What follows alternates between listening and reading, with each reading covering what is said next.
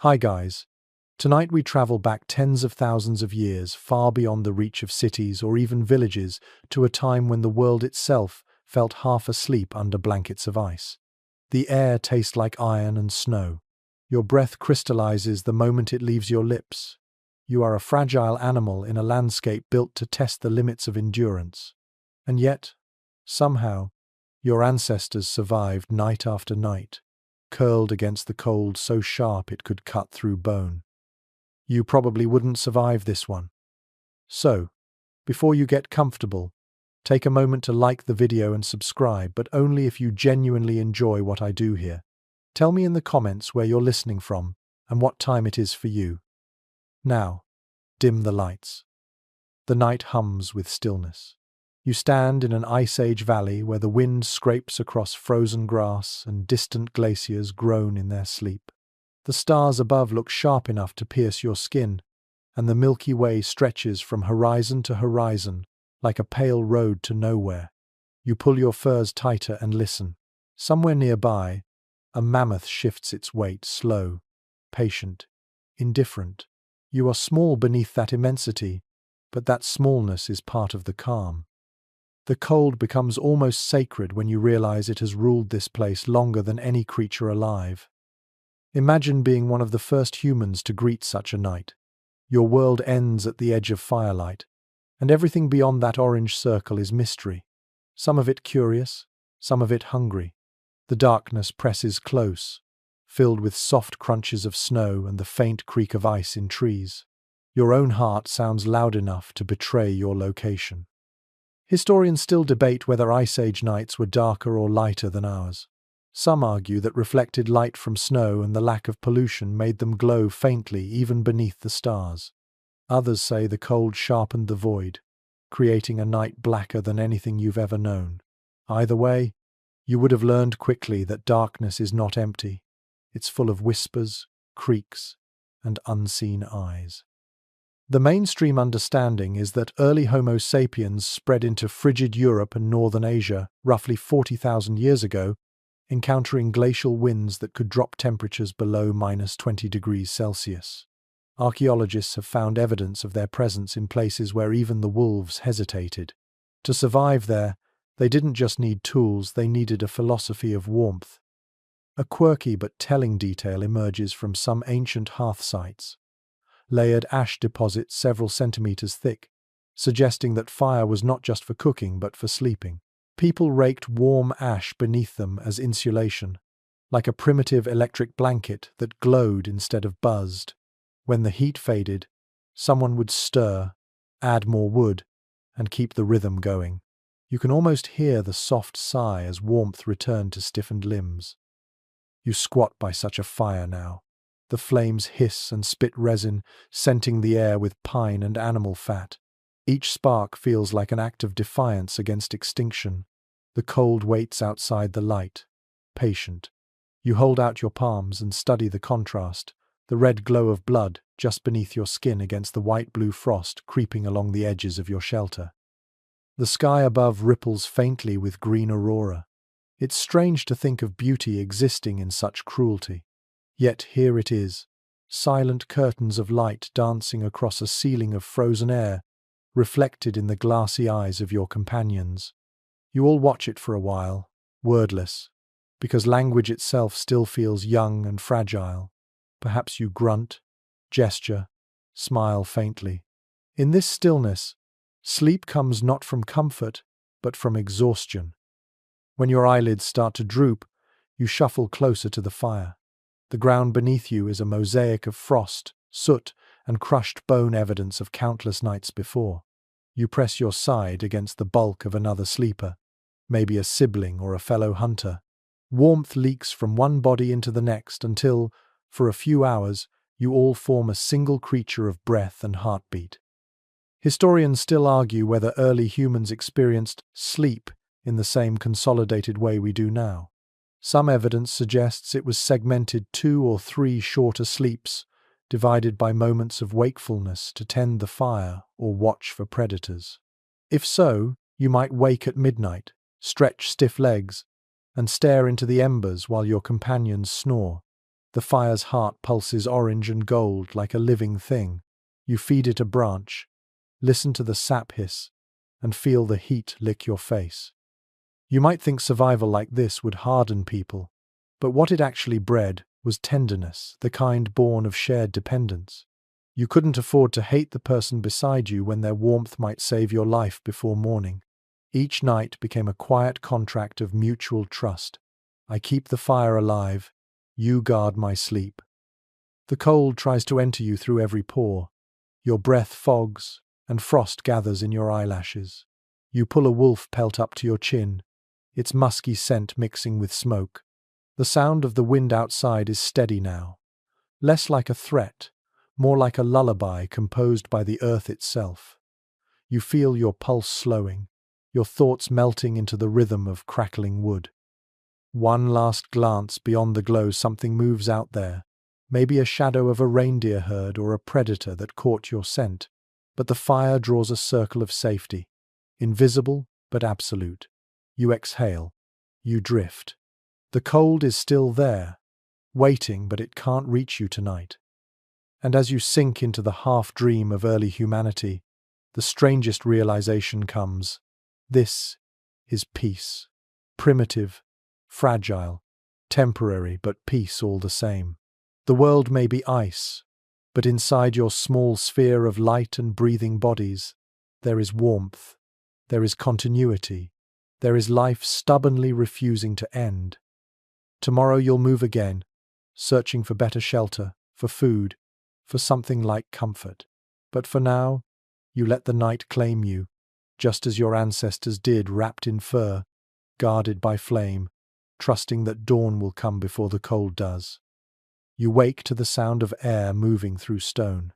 It's not quite a wind, more like a breath, slow and deliberate, drawn through the hollow ribs of the earth. You blink against dim, flickering light as morning seeps into the mouth of your shelter. For a moment, you forget where you are. Then you remember. A cave, rough and damp, halfway up a limestone cliff. The kind of place where the rock itself feels alive, where echoes fold back on themselves until you can't tell your voice from the mountain's sigh. Your fingers brush against frost-glazed fur. The fire has gone out, reduced to a memory of warmth buried under ash. You pull yourself closer to the wall, where the air is still and heavy, and breathe in that peculiar smell: smoke, stone, and something almost sweet, marrow fat burned the night before. This is where your ancestors slept most often, inside Earth's open wounds. Caves, ledges, the hollows left by toppled boulders. Anything that broke the wind could become a home. The mainstream historical record shows that these natural shelters were the difference between life and death during the Ice Age. They were ready-made rooms in a world that offered little else. Some caves even bear soot-stained ceilings and charred floors, proof that people used them not just as short stops but as sanctuaries for entire winters. You can almost picture it, a group of weary travelers trudging through snow, finding a shadow in the cliffside, testing the air for bear scent before daring to enter. Their torches flare, sending amber reflections down mineral walls. The sound of dripping water promises not luxury, but life.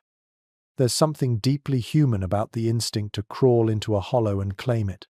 Even animals knew the rule: foxes in burrows, cave bears in hibernation, birds tucked beneath ice-crusted branches. But humans? They made these spaces different. They turned them into places of rest, not just refuge.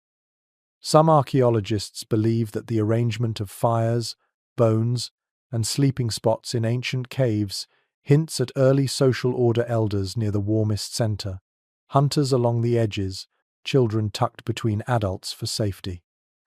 Historians still argue whether this pattern was necessity or ritual, but the intimacy of such arrangements speaks for itself. You shift your weight and run your hand along the wall. The stone is smooth in places where countless bodies have leaned before. Maybe this very spot once held another person's back, another heartbeat trying to slow down enough for sleep. It's easy to imagine that ghosts of warmth cling to the rock, trapped in its pores, faint but enduring. Caves had their own dangers, though. They trapped heat, but also smoke. A quirky detail found in some prehistoric dwellings. People occasionally dug small vents through packed snow or earth to let the fumes escape primitive chimneys, carefully shaped to direct the air. Sometimes they miscalculated, and the fire would choke them awake, coughing and cursing. You might call that an early form of ventilation engineering born out of sheer stubbornness. Outside, the world remains merciless.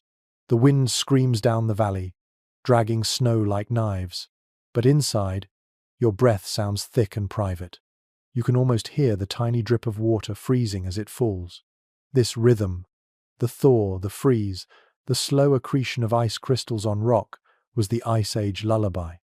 You wouldn't call it soothing, but it was constant, dependable. As the day lightens, the cave mouth glows silver. Someone stirs beside you, muttering in a language half-formed and thick with sleep. You see frost in their hair, sparkling like dusted salt. They pull their hide tighter and grunt softly, a sound that might be irritation or affection, it's hard to tell. Humanity, even then, had mornings filled with grumpiness. When you crawl toward the entrance, the air bites. The snow outside has drifted high, sculpted into pale dunes by endless gusts. You can see tracks, reindeer, maybe, or woolly rhinoceros etched into the crusted surface. For a brief moment, you wonder what it must have felt like to sleep out there, exposed, without the rock's embrace. There are traces of that too. Fire rings built against stone ridges, rough shelters made from branches or bones. The people who used them were often on the move, never sure if they'd find the same spot again. Historians still debate whether cave dwellers were primarily nomadic or semi-settled. Some argue that they followed migrating herds, returning to known caves seasonally. Others believe they might have stayed longer, creating small winter communities before dispersing again. Either way, the rhythm of movement defined their sleep each new night, demanding a fresh calculation of safety versus exhaustion. You step just outside the entrance and feel the sun, weak and white, glance off your face. For a few moments it fools you into thinking warmth exists beyond imagination. The snow beneath your feet crunches like crushed glass. You spot a patch of trampled earth where last night's fire had been built. The ashes still steam faintly. You press your hand into them and feel the faint ghost of heat, like a memory slipping away. Returning inside, you find the group stirring, stretching, shivering, muttering soft sounds that might be laughter or complaint. Someone pokes at the embers, coaxing flame back to life with a handful of dry moss. The spark catches, blooming into orange. Shadows crawl across the ceiling, bringing the cave alive again. The scent of smoke thickens, clinging to every strand of fur, every inch of skin. In the half-light, you notice the walls bear marks, scratches, lines, faint ochre stains, perhaps art, or perhaps counting marks, or simply boredom etched into permanence. It's strange how even when fighting for survival, people still left signs that they were here, that they wanted to be remembered. Maybe it was their way of saying, "We existed through this night." One of your companions tosses a chunk of fat onto the flames. It hisses, spraying sparks. The cave ceiling sparkles with moisture, as if starlight had seeped underground. For a fleeting instant, you feel gratitude for the shelter, for the fire, for the fragile persistence of warmth. The Ice Age was a teacher, though not a gentle one. It taught humans to listen to rock and wind, to read the earth's silence for clues of danger and refuge alike. In those cold nights, sleep became more than rest, it became an act of faith. You closed your eyes, not knowing if you'd wake, and you did it anyway, again and again. As dusk returns, you glance toward the cave mouth. Outside, the world folds into blue shadow. Inside, the light trembles, steady and soft. You lie down on your side, bones pressed against fur and earth. The sound of others breathing fills the space like a shared prayer. In that moment, the cave is not a tomb or a trap, it's a heartbeat carved into stone. You let your eyelids drift closed, feeling the weight of the mountain above you, protective rather than oppressive. Tomorrow will bring another journey, another shelter. But tonight, this hollow of rock and warmth is enough. The fire flickers again that night, not in a cave this time, but under a sky that stretches like a frozen ocean. You crouch in an open hollow between ridges, wind sighing through stone like a low flute. Sparks dance upward, defiant against the darkness. You feel it immediately, the rhythm between flame and breath, that fragile covenant humans made with fire, long before words could describe it. Most anthropologists agree that learning to control fire wasn't just the first step towards civilization, it was the first act of comfort. Before tools were perfected, before hunting was mastered, there was fire, a boundary between life and ice. You can almost imagine the discovery, some lightning strike, some curious wanderer daring to touch the embers left behind. Maybe pain came first, then wonder. You feed the flames with dry twigs. The crackle echoes across the valley, and for a brief moment, the cold retreats. Shadows bloom on the rocks behind you, bending and stretching like primitive paintings that move. The smell of burning wood mingles with animal fat, acrid but oddly soothing. It's a scent older than language, one your body somehow recognizes even now. Nearby, others gather close. Their faces glow with warmth and awe, eyes reflecting the firelight like amber glass. They huddle not for storytelling, not yet just for survival. One holds out a hand, another tosses a piece of resinous bark that flares bright blue before fading. It's mesmerizing. You realize that for them, this isn't just heat. It's a living thing that demands feeding, protecting, and respect. Archaeological evidence suggests that Ice Age fires were small and deliberate, never bonfires, but compact hearts of heat maintained carefully to conserve fuel. People learned to dig shallow pits lined with stone or bone shards to hold the coals and keep them alive through the night. Some groups even carried embers wrapped in moss or animal dung when they moved camps, ensuring that the next shelter would already hold warmth. A curious fragment found in prehistoric sites tells its own quiet story. Thin layers of soot trapped beneath later floors, showing that generations built hearths in the same spots again and again. The ground itself remembered each fire, layer upon layer, like pages in a diary of survival. You can almost hear the whispered continuity. Here we lived, here we slept, here the fire kept us. No one's quite sure whether early humans viewed fire as divine or simply essential. Some experts suggest that the flicker of light inspired early notions of spirit, of life within things that burn. Others believe fire was purely practical, one more tool in the endless negotiation with cold.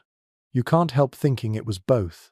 After all, when you stare too long into flame, it begins to stare back. The wind shifts, and smoke curls toward you. It burns your eyes, but you stay close anyway. The light feels like a companion. Beyond its reach, wolves prowl, their eyes catching starlight. The faint crunch of snow travels across the night air, steady, deliberate. You can sense them without seeing. The fire pops, throwing sparks high, and the wolves pause. For now, you've drawn a line between predator and prey, using nothing more than light and heat. Imagine the soundscape, the crack of sap in burning wood, the sigh of steam from melting frost, the gentle shifting of sleeping bodies. Every noise is amplified by silence. The fire becomes a metronome for existence, its rhythm steady, almost hypnotic. You find yourself matching its pulse, each breath a small surrender to the calm it offers. Curiously enough, traces of red ochre and charred bone found near Ice Age hearths suggest that fire was more than warmth, it was a gathering point for imagination. People might have used it for early rituals, painting with smoke, whispering thanks to unseen forces. Maybe that's where storytelling began, around the fire's glow, when eyes reflected light and minds reflected memory. You stretch your legs toward the flame, feeling the warmth soak through layers of hide. The smell of tanned fur fills your nostrils, earthy and reassuring. Someone hums a low tone, almost lost beneath the crackle. Perhaps it's not a song, but a rhythm meant to mimic the fire itself. It lulls the group, synchronizing heartbeats with the shifting light. Experts continue to debate how people kept fires alive through the endless nights. Some say they used slow-burning logs stacked in teepee shapes. Others propose a system of alternating green and dry wood to regulate burn speed. Whatever the technique, one mistake meant freezing before dawn. You imagine the quiet panic when a flame died too early, the rush to strike flint, the trembling hands trying to coax a spark from stubborn stone. And yet, every successful fire was a triumph, a small miracle repeated thousands of times across millennia. You realize that these people didn't conquer nature, they negotiated with it, night after night. Fire gave them permission to rest. The glow softens now. The wood collapses inward, sending up a brief shower of sparks like tiny shooting stars. You watch them fade, one by one. Sleep comes easier with that rhythm. The hiss, the pop, the breathing of others around you. You lie down beside the embers, careful not to let your fur touch the flame. The warmth lingers, the air thick with smoke and quiet contentment. There's an intimacy to this moment, the shared silence of people who've earned the right to rest. Outside, ice stretches to the horizon, an endless sheet of indifference. But here, in this circle of light, humanity glows like a pulse in the frozen heart of the world. Before your eyes close, you glance upward. The stars have shifted. The aurora flickers faint green across the edge of the sky, and the shadows of your companions blur into the orange breath of fire. It feels, just for a second, as if the universe itself is exhaling with you, calm, infinite, and still alive. Tomorrow, there will be more walking, more hunger, more wind. But tonight, you sleep inside a miracle, a small flame that keeps death at bay, a spark of stubbornness that would one day build cities and hearths and homes. The fire hums, the snow whispers. You drift away, wrapped in warmth older than memory. When morning comes, it doesn't exactly arrive. It sneaks in, pale and hesitant, like light that has forgotten what warmth feels like. You open your eyes to find the fire a smudge of grey ash, its breath gone, its bones cooling fast. Frost traces your eyelashes. You stretch beneath your bundle of furs, and they crackle faintly, stiffened by a night's condensation. The air is sharp, tasting faintly of smoke and old leather. You sit up, and the world around you is a watercolor of white and silver. Most archaeologists agree that the turning point of Ice Age survival came not with sharper spears but with better coverings. The so-called fur revolution reshaped how humans faced the night. Long before woven fabrics existed, hides and pelts were their armor against extinction. Each skin told a story, an animal pursued across snow, a kill earned at immense cost, a transformation from prey to protection. You wrap the pelt tighter around your shoulders. Its inner side is greasy, matted and soft. Its outer hairs still gleam faintly in the cold Sunday. The scent clings to you, animal musk, sweat, and the faint tang of tallow rubbed in to keep it supple. It's not pleasant, but it feels like life itself. Somewhere deep in your bones, you know this smell means safety. Excavations reveal that people of the Upper Paleolithic stitched these hides with sinew threads, sometimes reinforced with bone needles fine enough to pierce fur without tearing. The effort behind each garment was immense, scraping, drying, smoking, softening. A single coat could take days, maybe weeks to make. But when night fell and temperatures plunged, that coat was the thin border between breath and silence. One peculiar discovery from Siberian sites shows how inventive these early tailors became. Fragments of fur sewn with alternating layers, reindeer inside for warmth, wolf outside for water resistance. It's the ancestor of your modern parka, stitched not by fashion but by instinct. Imagine them sitting close to firelight, hands raw and trembling, threading sinew through tough hide by the flicker of flame, whispering to themselves that this might keep the children alive tonight. No one's quite sure whether people hunted specifically for fur or simply used every part of the animals they killed. Some experts think certain species like Arctic fox or wolverine were prized less for meat and more for their pelts. Their fur had an uncanny ability to repel frost, making them ideal for lining hoods. Others disagree, arguing that any warmth was worth taking, no matter the source.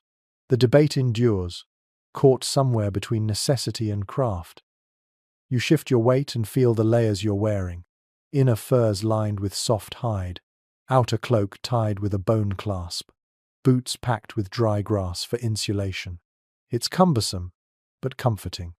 Each layer muffles the world, dulls the sound of your own heartbeat until everything feels wrapped in cotton. The cold still bites your face, but the rest of you is cocooned, hidden from winter's teeth. There's a faint, rhythmic sound, the brushing of fur against fur as others stir nearby. It's intimate in a strangely domestic way. Someone laughs softly, a breathy, exhausted sound. A child sneezes, and an adult pulls the fur tighter around them both. The air fills with a kind of contented grumble, the universal human complaint of waking too early. Curiously enough, traces of ochre pigment have been found on some preserved hides. Researchers suspect it was used not for decoration, but for function. Ochre's minerals help repel insects and preserve leather. Still, you can't help imagining that even in that endless cold, someone wanted color. Maybe a splash of red on a hood or sleeve reminded them that warmth existed somewhere. The wind outside the shelter keens low, threading through cracks in stone. You glance toward the opening. Beyond it, the landscape stretches rolling snowdrifts, faint streaks of blue shadow, a sun that never climbs high. Nothing moves except smoke from your dying fire. And yet, despite the silence, the world feels inhabited, thick with invisible presence. Most anthropologists believe these people organized their nights communally, furs spread wide, bodies forming overlapping circles to conserve heat. You picture it, half a dozen sleepers curled close, faces hidden beneath pelts, the smell of smoke and skin mingling until everything becomes one living thing. Beneath those layers, warmth pooled slowly, like water shed between cupped hands. Experts still disagree on whether such close sleeping led to the origins of family groups or simply reflected necessity. Perhaps affection came later, growing out of habit. You wonder, does love begin with shared warmth? The thought feels too modern, yet it lingers as you look around at these bundled forms breathing quietly in unison. You reach to shake snow from your outer cloak. The flakes sparkle like powdered glass. For a fleeting moment, you imagine what this same act would look like 30,000 years later. Someone brushing snow off a down jacket on a city street, unaware that their gesture has roots in the same survival instinct. The line between then and now thins until it feels transparent. A faint chirp breaks the quiet. A bird, of all things, somewhere among frostbitten branches. You smile despite yourself. Even in the Ice Age, life refused to quit. That small voice, piping through the cold, is proof that the world never fully surrendered to the freeze. Someone tosses a fresh pelt near the fire pit. You see its inside steaming faintly, newly scraped, still warm from the animal's body. It's unpleasant to think about, yet you understand the gratitude behind it. Nothing goes to waste here. Warmth demands sacrifice, and everyone knows it. The fur will dry by nightfall, ready to join the growing pile that forms your bedding. One fascinating clue from archaeological digs in France suggests that people sometimes layered their bedding with alternating furs and grasses. The grass absorbed moisture and kept the fur dry. The design is shockingly practical, primitive insulation at its best. You can almost hear the rustle as someone spreads the grass. Careful, methodical, making the ground less cruel. As dusk returns, you lie down again, cocooned beneath overlapping hides. The warmth is immediate, close, almost suffocating at first. Then your body adjusts. The smell of animal fat mingles with the faint sweetness of smoke. You pull one edge tighter, listening to the faint pop of frost melting near your ear. Outside, snow falls silently, a soft applause for another day survived. You close your eyes, feeling the rough fur brush your cheek.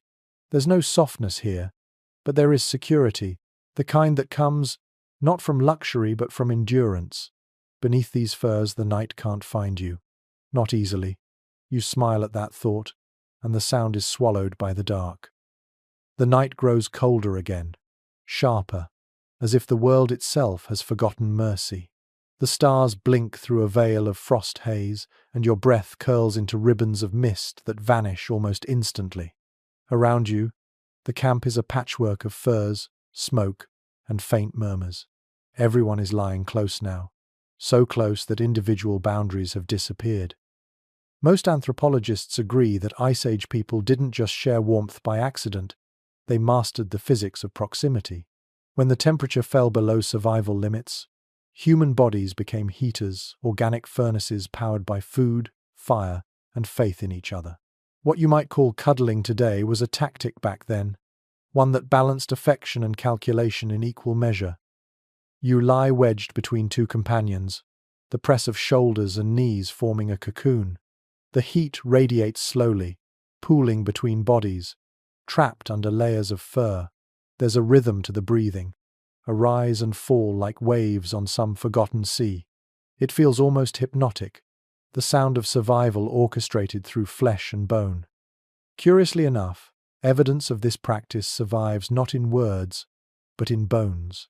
Archaeologists studying Ice Age burials have found skeletons positioned close together, sometimes arm over arm, their arrangement suggesting familiarity rather than chance.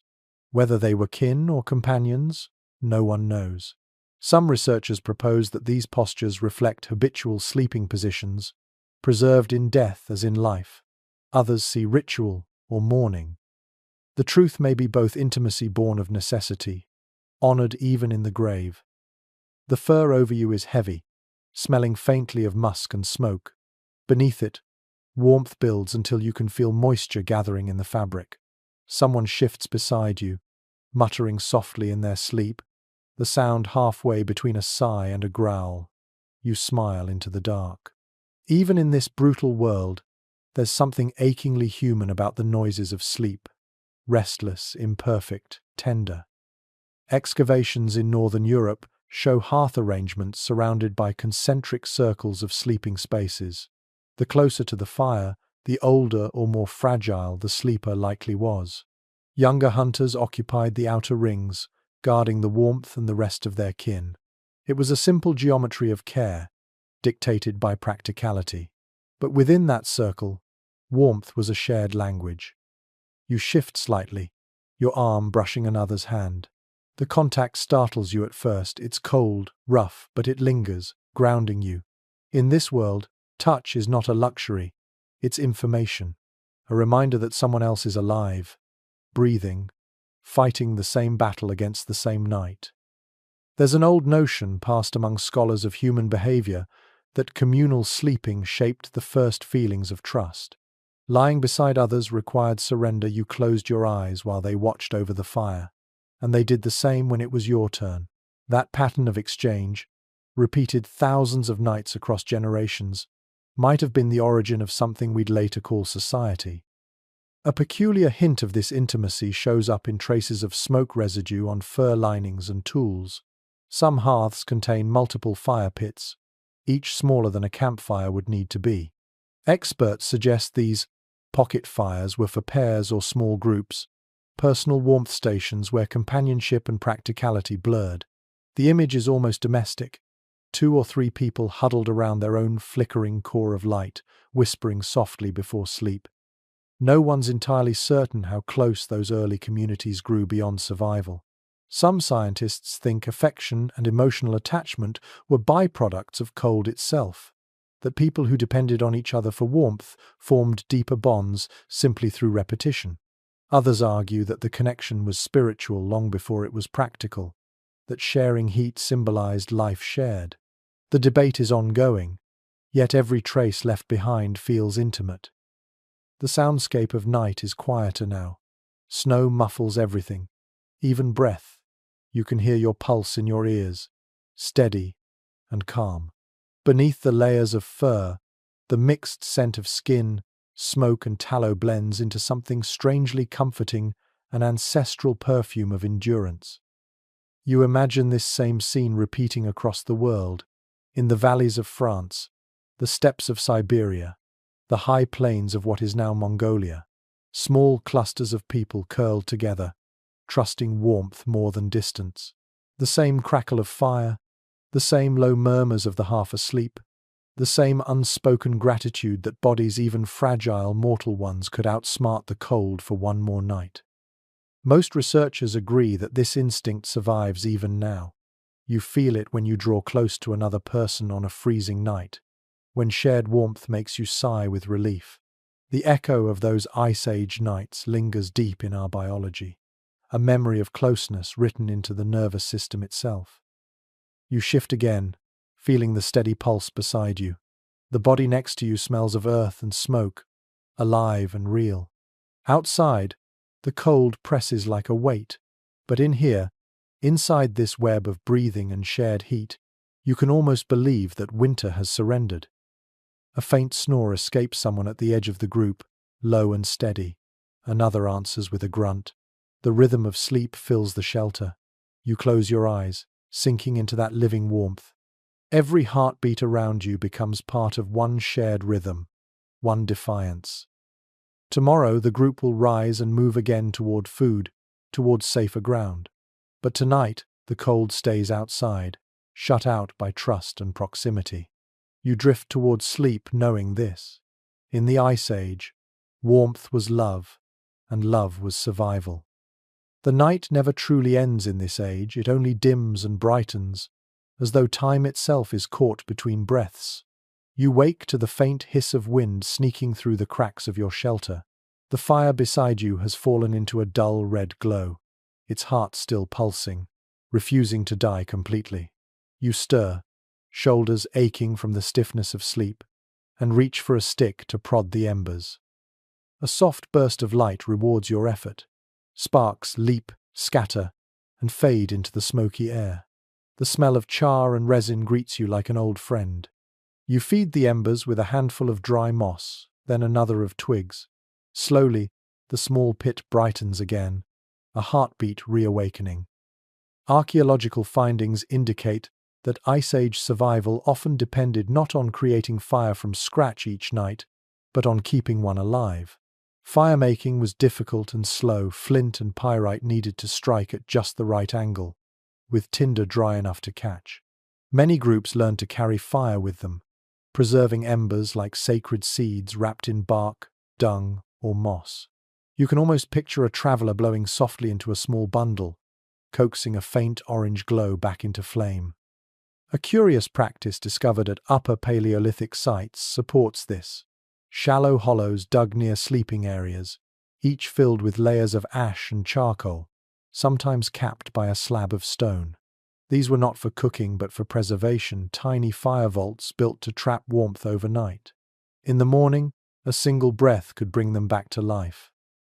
You crouch beside your own fire now, watching the orange deepen to gold. The others still sleep, bundled under furs, faces half hidden. Their breaths rise like mist, slow and steady. The glow flickers across their features, softening them until they look almost peaceful. It's strange to think that the same light that could burn and destroy was also the gentlest thing they knew. Some researchers suggest that early humans treated their fires as living beings guarded, fed, and mourned when extinguished. Others disagree, arguing that the relationship was purely practical. Yet, when you spend enough nights keeping a flame alive through freezing dark, practicality and reverence begin to blur. You shift a log, sending a small shower of sparks spiraling upward. The sight is hypnotic, bright motes of life vanishing into the air.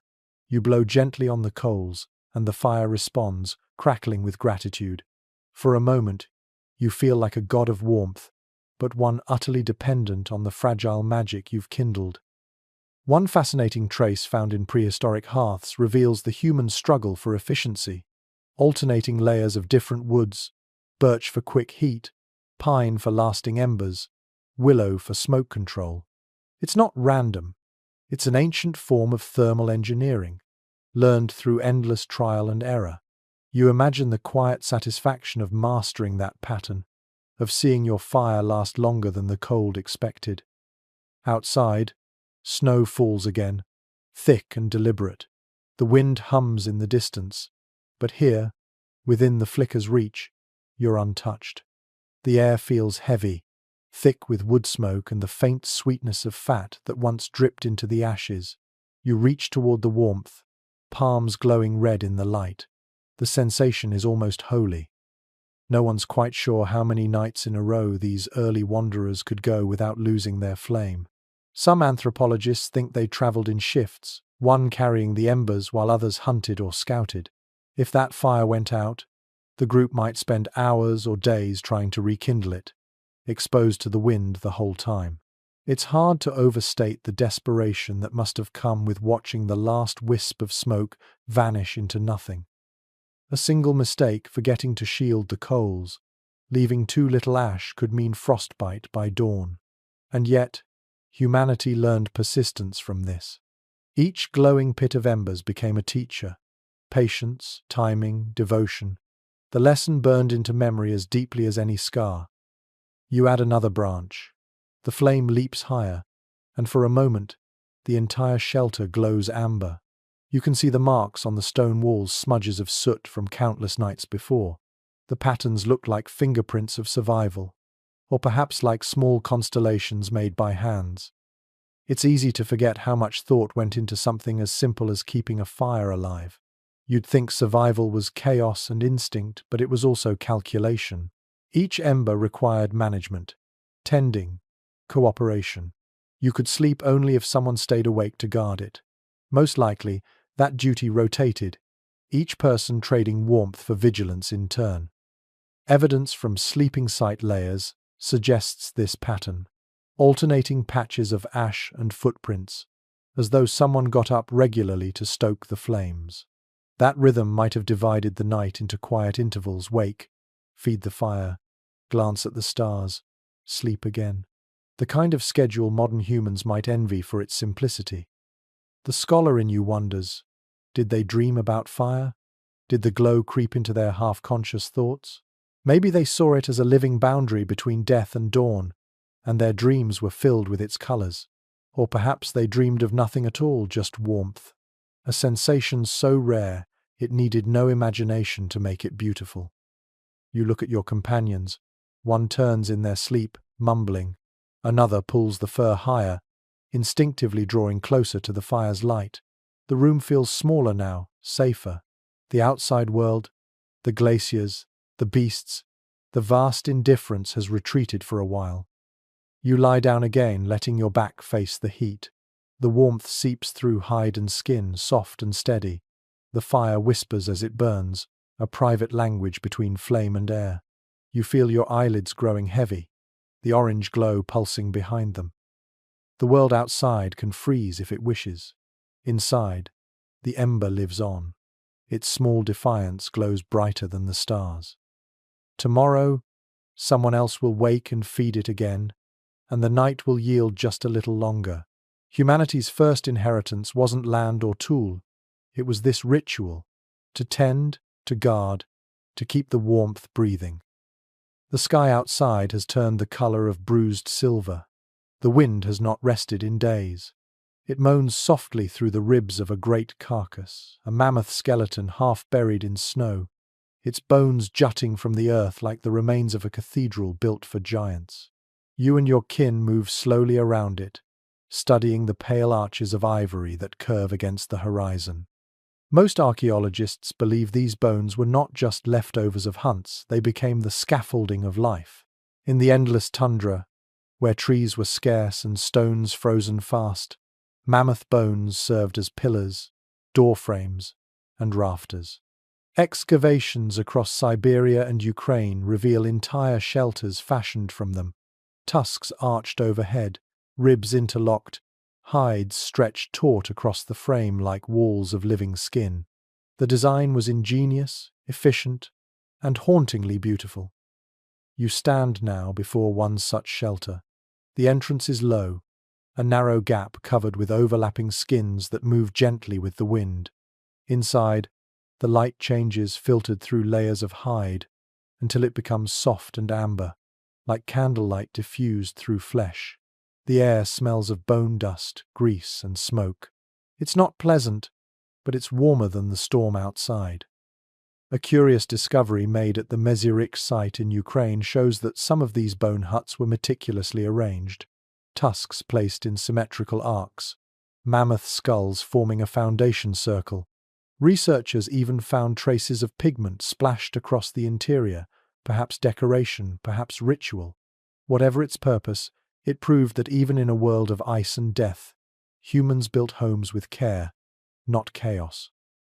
You run your hand along one of the massive tusks. It's smooth, cold, but faintly oily to the touch. Underneath your fingers is the weight of time itself, the memory of an animal so vast it once shook the ground when it walked. Now its remains keep you alive. You feel a whisper of gratitude, the kind that doesn't need words. Most experts agree that these mammoth bone dwellings could sustain small groups for weeks or even months. The hides layered across them acted as insulation, trapping the warmth of the central fire. Some had pits dug into the floor to conserve heat and provide space for sleeping. The roofs were heavy with snow, but that weight only strengthened the insulation, a paradox humans learned to trust. Inside your own shelter, the fire crackles gently in its stone-lined pit. Shadows climb across the tusks like fingers of light. Around the flames, tools rest neatly, flint blades, a wooden spear, a pouch of dried marrow. The place feels more like a home than a camp. You realize that home, even then, wasn't about comfort. It was about endurance, about shaping the world enough to survive inside it. No one's entirely sure whether these bone huts were permanent or seasonal. Some scholars argue that families returned to the same structures year after year, repairing them with new hides. Others think they were temporary, built when luck brought down a mammoth, then abandoned once the food ran out. Either way, they stand as early architecture born from hunger and genius combined. The sound inside is muted, thick air, muffled by fur and snow. Every movement is soft. You hear the faint rustle of grass under the bedding, the gentle exhale of a sleeper. It's as though the entire hut breathes with you. Outside, the wind howls, but here it's a distant rumor, its anger deflected by ivory walls. A peculiar trace discovered near one such dwelling reveals something deeply human. Small piles of beads and ochre near sleeping areas, as if people decorated their bedrooms. Perhaps they wanted beauty beside them, or maybe those objects carried meaning, charms, tokens of protection. It's easy to imagine a mother pressing a carved bead into her child's palm before sleep, whispering a sound that wasn't yet a word for safety. You lie down now upon a layer of furs stretched across woven reeds. The warmth from the fire drifts toward you, heavy and thick. The tusks above glow faintly in the flicker, giving the illusion that you rest inside the ribcage of a living creature. You can almost believe it. This house is part animal, part earth, part memory. Experts continue to discuss how these shelters were built with such precision without modern tools. Some think the builders heated tusks in fires to bend them gently into shape. Others suggest they were already curved perfectly by nature. Either way, the design feels instinctive, born not from sketches but from rhythm and observation. The human eye, even in the Ice Age, could see structure in chaos. You reach up, touching the arch above your head. The tusk hums faintly when you knock it, a hollow echo that sounds like distant thunder. It's eerie, but soothing. The fire crackles, the snow outside thickens, and the shelter becomes a cocoon of warmth and color.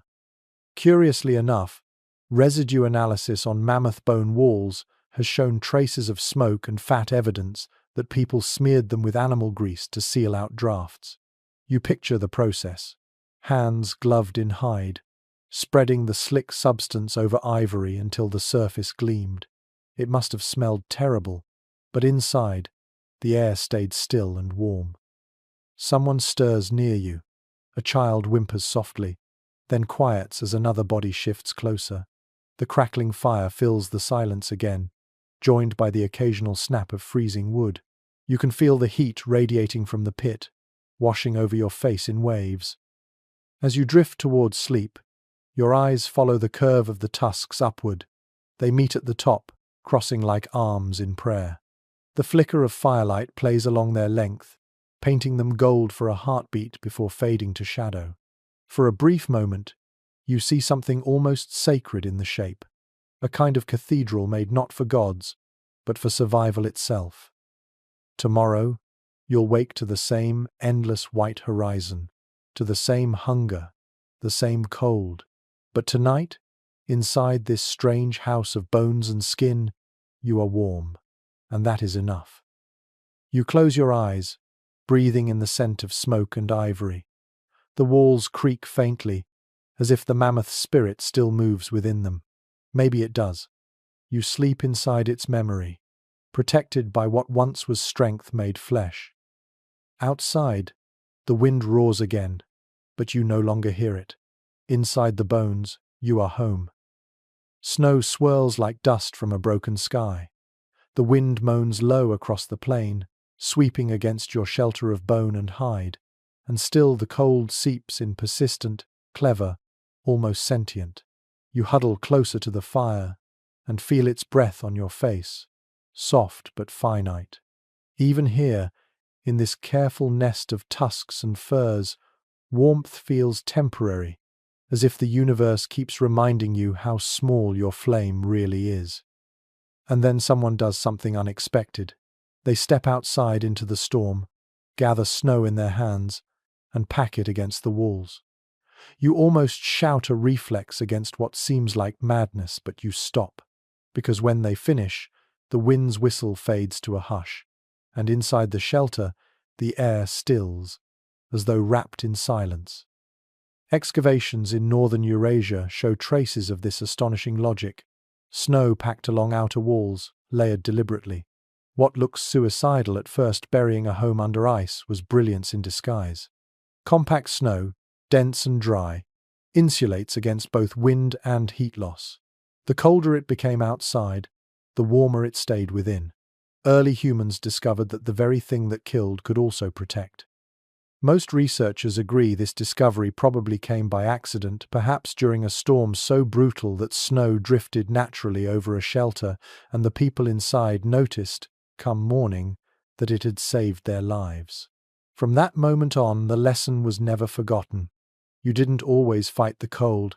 Sometimes, you let it work for you. You kneel now beside the wall, pressing your palm to the packed snow.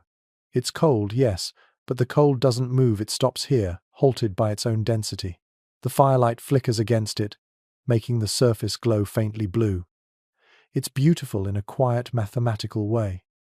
You realize that this isn't just survival, it's adaptation made art.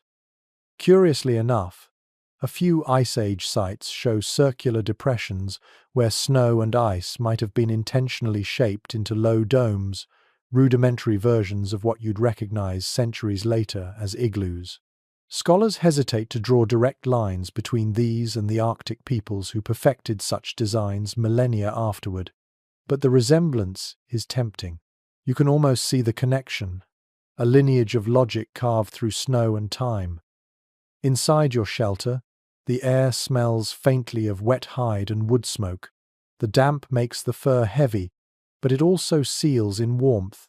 You rub your hands together, feeling blood return to your fingertips. The crackle of the fire sounds different now, muffled, private, like it's speaking only to you. No one's entirely sure whether Ice Age groups understood the physics behind this insulation, but evidence suggests they were startlingly observant. They watched how burrowing animals survived foxes, marmots, even wolves, and imitated their habits. Snow dens offered steady temperatures, a buffer from wind, and even some acoustic comfort. It's likely the idea spread not by words, but by witnessing the ancient form of science. Try, fail, learn, remember. The ground beneath you is layered with grass, reeds, and the dried remains of moss. When you shift your weight, it rustles softly. Beneath that, there's frost, but you hardly feel it. Heat from the fire radiates upward, caught between the layers of bedding and the new snow shell outside. The warmth is gentle now, not fierce but steady. It feels earned. You glance around. The others are already half asleep, bodies curved toward the fire in instinctive symmetry. Their faces glow orange, lips parted in silent dreams. It's strange how quiet they seem now that the wind is gone. The world outside has vanished, erased by snow. Inside, time feels suspended. Experts continue to discuss whether such snow-insulated shelters were planned constructions or opportunistic responses to blizzards. Some archaeologists believe people built partial barriers and let nature finish the job, while others argue they sculpted them intentionally. Either way, these makeshift igloos marked a turning point, humanity learning to make peace with cold rather than flee from it. A fascinating observation from climatological modeling suggests that under certain ice age conditions, temperatures inside a snow-packed shelter could rise to near freezing, dangerously warm, paradoxically speaking, but survivable. Add a fire, and the small dome could reach temperatures of 10 or even 15 degrees Celsius, while the world outside plunged below -40. You can almost hear the sighs of relief from the people who discovered that miracle. You shift, pulling your fur tighter. The air near the fire feels moist now, the snow walls sweating slightly from the heat. Tiny droplets form, glimmering in the flicker. You dip a finger into one and taste it mineral, ancient, clean. It's the flavor of the Ice Age itself, distilled into a bead of water. There's something profound in the thought that snow, so feared, became a friend. You imagine the early nights before this knowledge, the raw panic when storms buried everything, when people clawed at drifts thinking they'd die entombed. And then one night they slept through the storm and woke alive. From then on, the lesson was passed down not in words but in gestures. Pile the snow higher. Trust the white silence. No one knows what they called these shelters, perhaps nothing at all. Language was still fluid then, half sung, half breathed.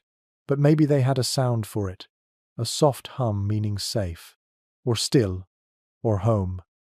You lie back now, watching how the firelight pulses against the curved wall, painting ripples of color through the frozen surface. It looks like a heartbeat orange, blue, orange again. You can hear it too, faintly. The drip of thawing snow, the exhale of warmth meeting ice. It feels like the planet itself breathing. Outside, another gust roars and collapses harmlessly against your wall of snow. The shelter holds. You smile. It's the quiet victory of logic over terror. Humans didn't defeat the cold by conquering it. They learned to listen. The Ice Age, brutal as it was, rewarded the listeners. You turn your head toward the others. One murmurs in sleep, another stirs and reaches unconsciously toward the fire. The air is thick with heat now, a rare indulgence. You feel your eyelids grow heavy, your body melting into the ground. Tomorrow, you'll dig out the entrance, shake snow from the hides, and step into the glare of another frozen day. But for now, you close your eyes and let the snow hum around you, its soft silence pressing gently against your heartbeat. The fire glows low, breathing in rhythm with your breath. You don't fight the cold anymore. You let it cradle you. And in that surrender lies the truest warmth of all. By the time the wind calms, the world outside has changed shape. What was once a plain of endless white is now a soft, uneven blanket of glittering ridges. The sun glances low across it, pale and cold, casting shadows that seem deeper than they should be. You step outside, crunching through the crust, and your breath bursts into the air like smoke from some hidden forge. Every step sounds louder than it should because this is a world that listens. You walk slowly toward the horizon, watching for movement. The stillness here is deceptive. It hides life in small folds of snow. Somewhere beneath your feet, a mouse sleeps in a burrow of grass. Over the next rise, a herd of reindeer trudges east, their breath rising in columns. And above them all, a hawk glides, wings outstretched, moving like a shadow detached from the ground. Archaeological evidence suggests that Ice Age humans were never entirely still. They followed herds across the frozen continents, chasing food, warmth, and seasons. For them, sleep wasn't a luxury of safety, it was a strategy of timing. You rested when the herd rested. You dreamed when the weather allowed it. Some nights you lay in a snow-packed shelter. Others, you curled in a shallow pit beneath the stars, your only roof the trembling lights of the aurora. You kneel beside a cluster of tracks broad, cloven, freshly pressed into the snow. Reindeer, maybe 24 of them. Their path cuts across the valley like a scar. You glance toward the far end of the tracks where they fade into distance. That's where you'll go next. Always moving, always chasing. Most anthropologists believe this nomadic rhythm shaped how humans slept. In the Ice Age, rest was light and fractured, a collection of brief surrenders rather than long dreams. You might sleep for an hour, wake to the crack of ice, then drift again, body trained to listen even in slumber.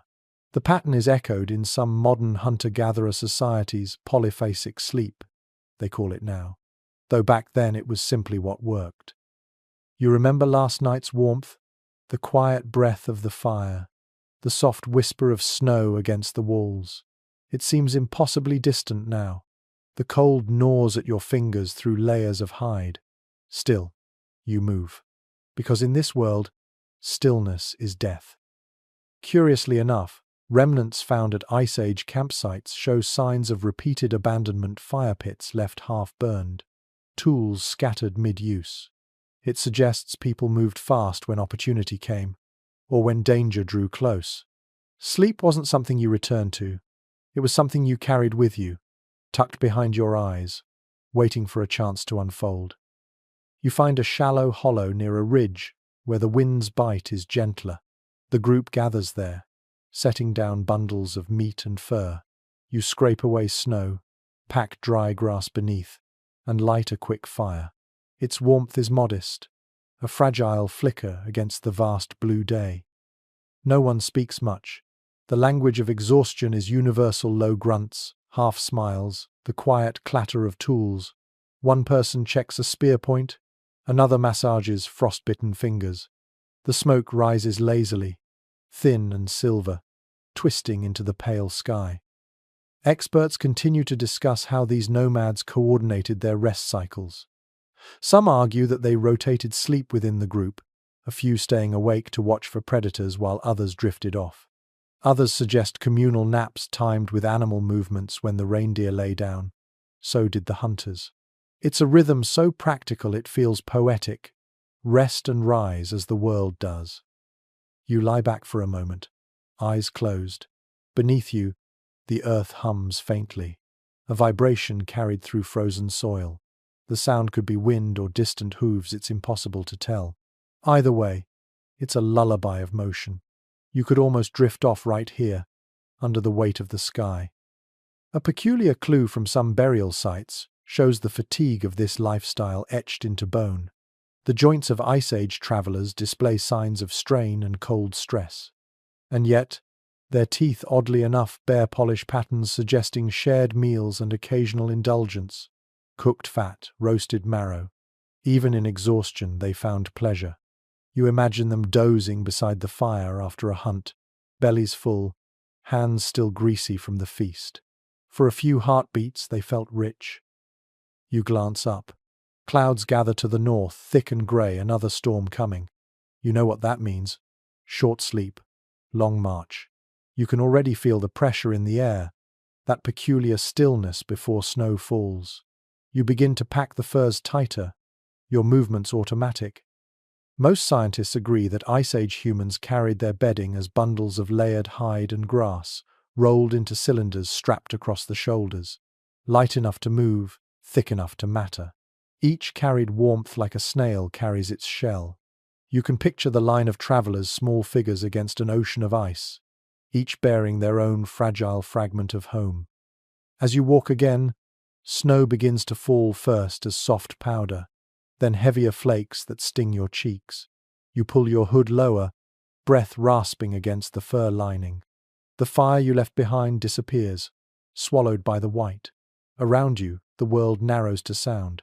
Crunch, breath, wind, repeat. You march until twilight bleeds into indigo. The group stops in the lee of a massive boulder, half buried in snow. Someone clears space. Someone else drops the first bundle of grass. Within minutes, a small hollow appears, a pocket of survival, improvised but familiar. The fire flares again, reluctant but obedient. You sit close, too tired to speak. The light dances across faces lined, scarred, patient. You recognize something in those faces, a weariness older than memory, and a stubbornness that might outlast the cold itself. You pull your furs tight, lay your head on your rolled bundle, and let the sound of wind lull you toward half-sleep. Your dreams come in fragments, the shimmer of snow, the pulse of fire, the muffled steps of reindeer. Sleep, in this world, is never full or deep. It's a pause, a truce between body and cold.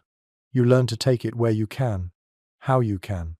Sometimes under mammoth bones, sometimes in the hollow of a drift. And somehow, that's enough. As you drift, you realize something profound. Humanity's first bedtime story wasn't told in words, it was whispered by the land itself. Every gust, every crack of ice, every sigh of snow said the same thing. Rest when you can, move when you must. You obey. You close your eyes not out of peace, but out of trust in tomorrow's dawn. Night again.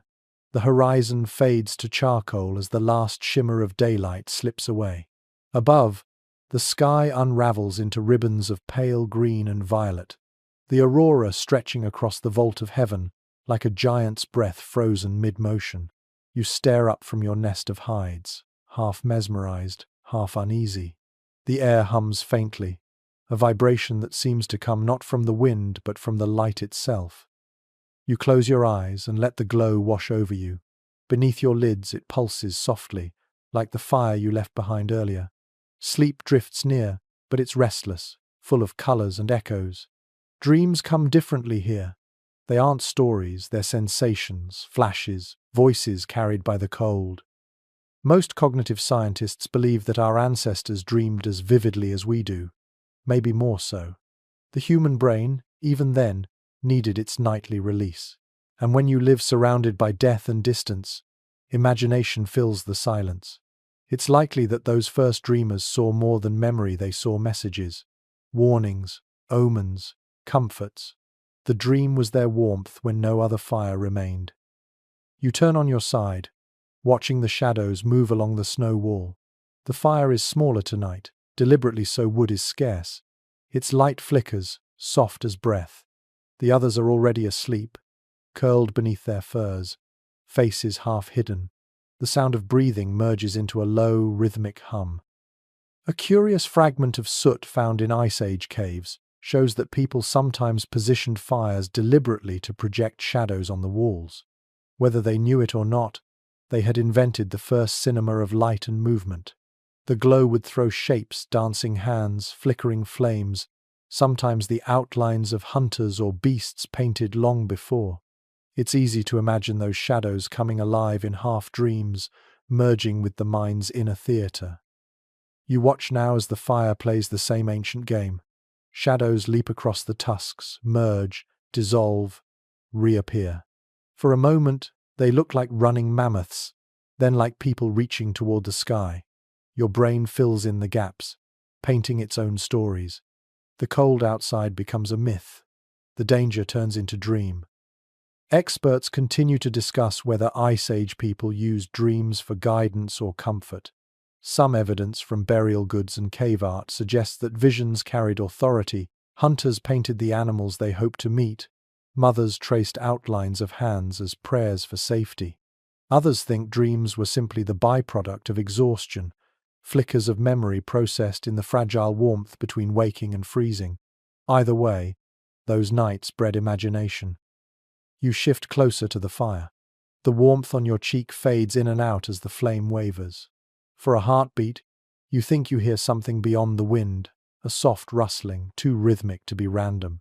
Your hand tightens on the nearest stone tool, your body alert even as your eyelids droop. You wait. Nothing comes. Only the sigh of snow shifting against the outer wall. You exhale and laugh softly to yourself. In this world, even fear feels sleepy. Most archaeologists agree that nighttime in the Ice Age wasn't only about survival, it was about contemplation. Once the fire was steady and the bellies half full, there was little left to do but think. Those hours of quiet observation might have birthed the first questions. Why does the fire move? Where do the stars go? What happens when we close our eyes?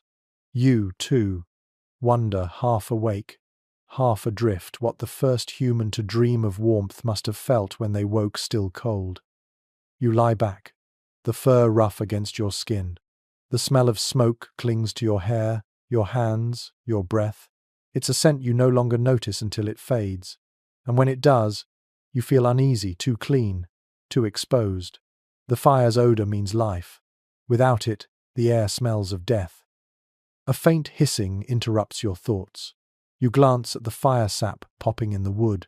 A log splits, collapsing in on itself, showering sparks that flare briefly, bright as the stars outside. You stare into them until your eyes water. Somewhere inside that light, patterns form eyes, tusks, rivers, faces. You wonder if that's how the first myths began. Fatigue and fire, smoke and imagination conspiring in the half-dark. No one's quite sure what Ice Age people believed about the lights in the sky. Some archaeologists think they feared them, interpreting the aurora as spirits or signs of coming storms. Others imagine reverence, perhaps joy. Whatever the feeling, it must have been immense.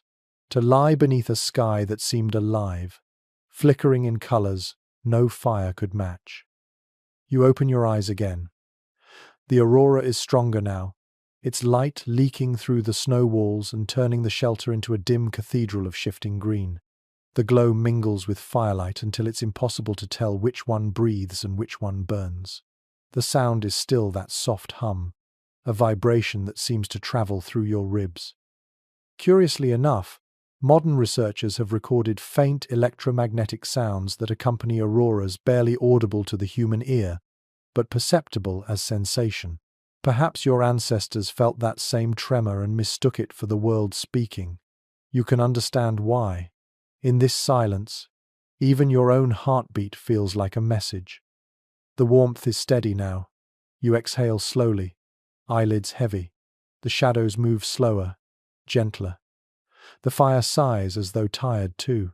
In your half-dreaming state, you see shapes, figures walking across ice, carrying torches, laughing softly despite the cold. You know they're not really there, but you let them stay. The mind, you realize, is another kind of fire. Small, fragile, but endlessly bright. You turn your face toward the wall, the fur brushing your cheek. The snow behind it glows faintly, and beyond that glow lies eternity, endless dark, endless ice, endless sky. And yet here you are, a small creature of warmth and thought, daring to dream in a world that should have forgotten both. Sleep takes you slowly, folding you into itself like layers of hide. The aurora fades, but the pulse of light lingers behind your eyes. Somewhere deep in that darkness, the first story continues, a tale told not by words, but by warmth, rhythm, and the strange persistence of hope. The fire crackles once more, a soft reminder that even in the coldest age, something inside humanity never stopped burning.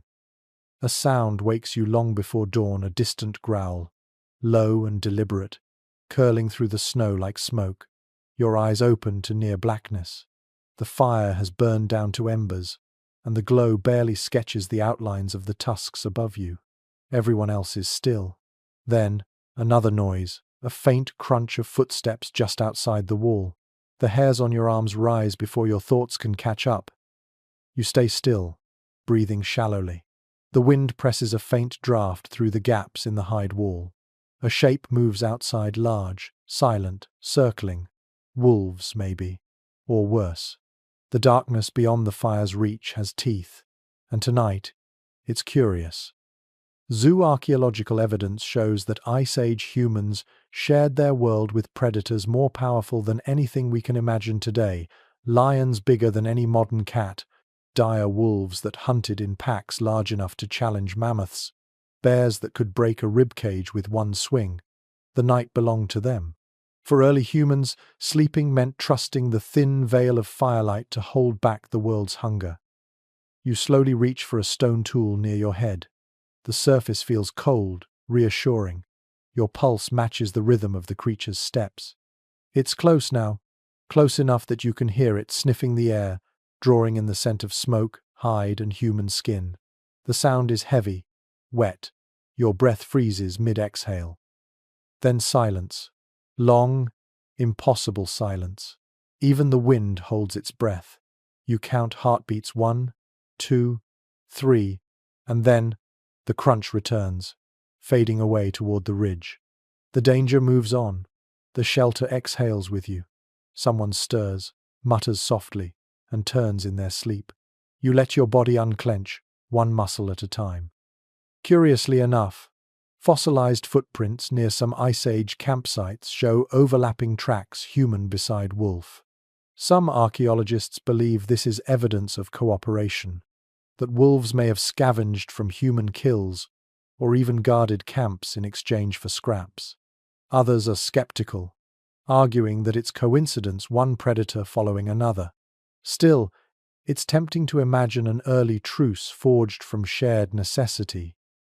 You poke the embers, feeding them dried moss and splinters of bone.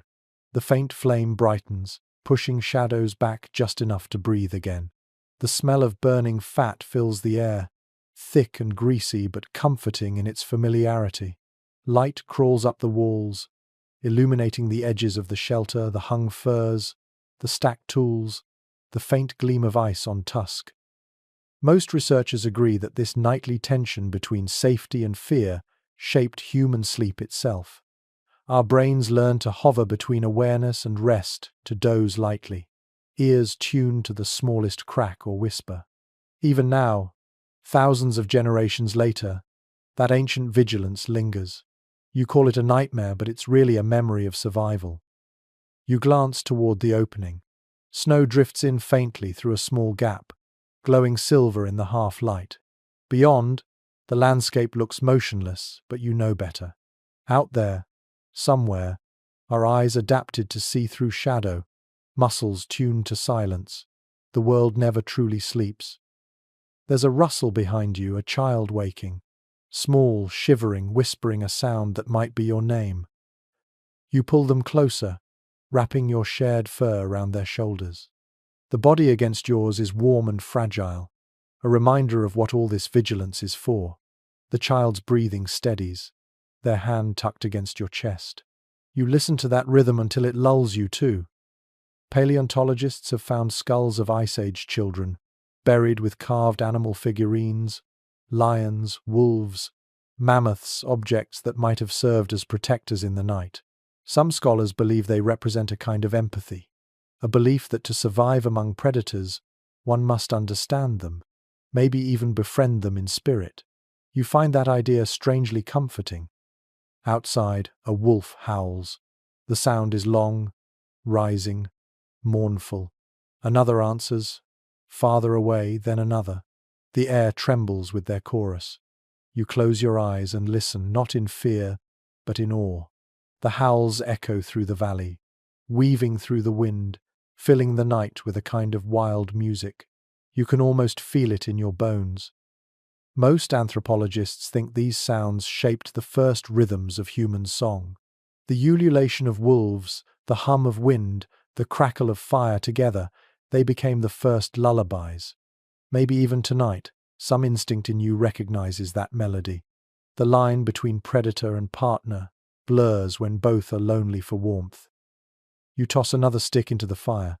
The flame climbs higher, painting gold across the snow walls. The shelter feels alive again. The others begin to stir, soft murmurs, a yawn, the rustle of furs. Someone coughs, someone mutters a prayer, or maybe just a curse against the cold. The day is coming. You can almost smell dawn, metallic and sharp. One fascinating site in France shows layers of wolf and human remains mixed together, suggesting close proximity, perhaps even shared space. Were they companions? Or just reluctant neighbors driven by hunger to the same warmth? The scientists can't say. But the idea of sleeping beside what once hunted you lingers like a paradox, survival through intimacy with danger. The fire pops, startling you slightly. The child beside you murmurs but doesn't wake. You stroke their hair absently, fingers catching on small knots of frost. Outside, the wind carries another distant howl, softer now, fading toward the horizon. You lie back again, the tension easing from your limbs. The cold presses at the edges of the shelter, but it feels weaker now, as if the night itself has grown tired. You stare into the fire until the shapes blur. Its colors shift amber, red, then a deep, slow blue that isn't really there. Sleep comes creeping like a cautious animal, testing your edges before curling beside you. Somewhere beyond the walls, the wolves rest too, bellies full, muzzles tucked under their tails. You wonder if they dream, if they see your firelight in their sleep, the same way you hear their songs in yours. Perhaps even enemies shared warmth in the oldest sense, through recognition. The ember's glow softens to gold. You close your eyes and drift again, not trusting the night, but accepting it. In a world of predators and prey, you've learned the quietest truth of all. Sometimes staying alive means learning to sleep in the presence of fear. And in that lesson lies the beginning of courage. Morning crawls back into the world, pale and brittle. The fire has turned to a soft mound of grey dust, faintly steaming, and your shelter smells of smoke, fur, and sleep. You push the hide aside and step into the open, where the light is too sharp, too clean. Every sound is magnified: the crunch of your footsteps, the creak of ice shifting in the valley below, the distant call of a raven. You stretch your arms and feel the cold sting your skin like needles. The night's fear has passed, replaced by the mundane ache of living.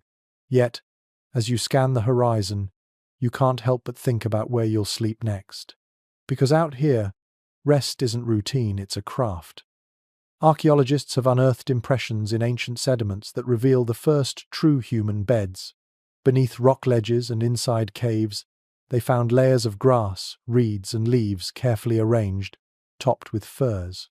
Most of these beds were replaced and renewed frequently, suggesting that comfort even in the Ice Age was deliberate. Sleep was no longer just collapse, it was preparation. You walk back into the shelter and kneel where you slept. Beneath your fur mat is a layer of dried sedge and moss. You lift a handful and crumble it between your fingers. It smells faintly sweet, almost herbal. The softness surprises you, it's resilient, springy, like primitive bedding foam. You smile. Even in this frozen age, someone cared enough to make the ground less cruel. A curious residue found on ancient bedding layers hints at another detail: traces of aromatic plants, wild thyme, mint, and certain insect, repelling herbs. Whether chosen for their scent or their usefulness, no one knows. But it's easy to imagine an Ice Age sleeper, preferring the smell of crushed green leaves to the musk of tallow and hide. You can almost feel that small act of grace, tucked between survival and sleep. Most anthropologists believe that these bedding designs also served hygiene. Moisture was the enemy, wet fur turned to ice, and cold seeped from the ground like hunger. So they built insulation in layers: grass to breathe, moss to absorb, hide to retain. It was science written in instinct, trial after trial across unending nights. You sit down again and adjust the bedding, patting it flat. Beneath you, the reeds whisper softly, making a sound almost like waves. You close your eyes, just for a moment, and imagine it's summer somewhere far away, a different age, a softer world. But when you open them again, frost clings to your eyelashes, and the illusion breaks.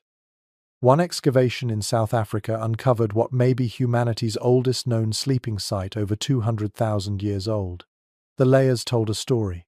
Plant bedding burned periodically to drive out pests, replaced by fresh grass. Even then, People cleaned their homes, curated their comfort, and sought the simple dignity of good rest.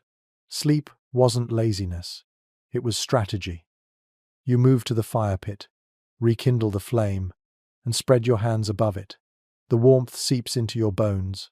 The others stir around you, stretching, yawning, brushing frost from their faces. Someone laughs, low and tired, and tosses you a piece of dried meat. It tastes of smoke and salt, tough but sustaining. You chew slowly, staring at the orange shimmer that begins to fill the sky. Experts continue to discuss how such small domestic gestures, making beds, tidying hearths, reflect the rise of human self-awareness. To make a place for sleep is to admit permanence, even if only for one night. It's a defiance of chaos, a statement, here for now we belong. You think about that as you gather more grass from outside. The stalks are brittle, covered in frost, but they'll soften near the fire.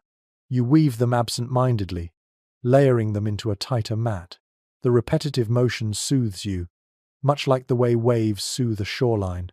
Maybe this is why your ancestors did it, not just for comfort, but for calm. A peculiar pattern noted in excavation sites suggests that some beds were built large enough for multiple people, families perhaps, or hunting partners. They slept close, not only for warmth but for familiarity. You imagine the quiet talk before sleep, the laughter that somehow survived the cold, the whispered plans for tomorrow's hunt. It's strange how such tenderness persisted under the weight of ice. You spread your new mat near the hearth and lie back, testing it. The reeds creak softly beneath you, and the warmth from the fire brushes your cheek. The sensation is so perfect, so precisely balanced between rough and gentle that you almost laugh. Civilization began here, you think. Not with walls or tools, but with this, the human decision to make the ground kinder. No one's quite sure how early people chose their sleeping spots, but it seems they valued not just warmth but sound. Sheltered corners where wind couldn't whistle, where the earth's heartbeat was soft and steady. You listen now, and the world hums faintly beneath you. The rhythm feels ancient, familiar, a lullaby built into the soil itself. As the sun rises higher, light spills through the gaps in the tusks, scattering in thin golden stripes. You trace them with your finger, imagining the first dawns that touched such spaces, how the light must have felt like forgiveness after endless dark.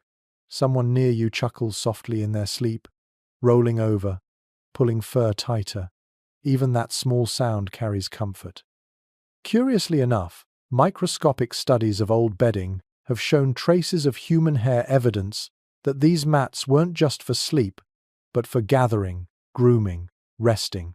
The Ice Age home was both workshop and bedroom, a circle of warmth that blurred all boundaries.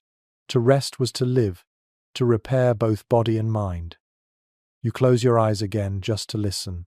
Crackling fire, sigh of breath, whisper of reeds, the simplest orchestra in human history, repeating every night for millennia. You imagine that somewhere, deep in your DNA, the sound is still playing. The Ice Age wasn't kind, but it taught your species to dream even in discomfort, to build small islands of gentleness in oceans of frost. You turn over, pressing your cheek into the grass. It's scratchy, imperfect, real. You breathe in the scent of smoke and life and feel, just for a heartbeat, something close to peace.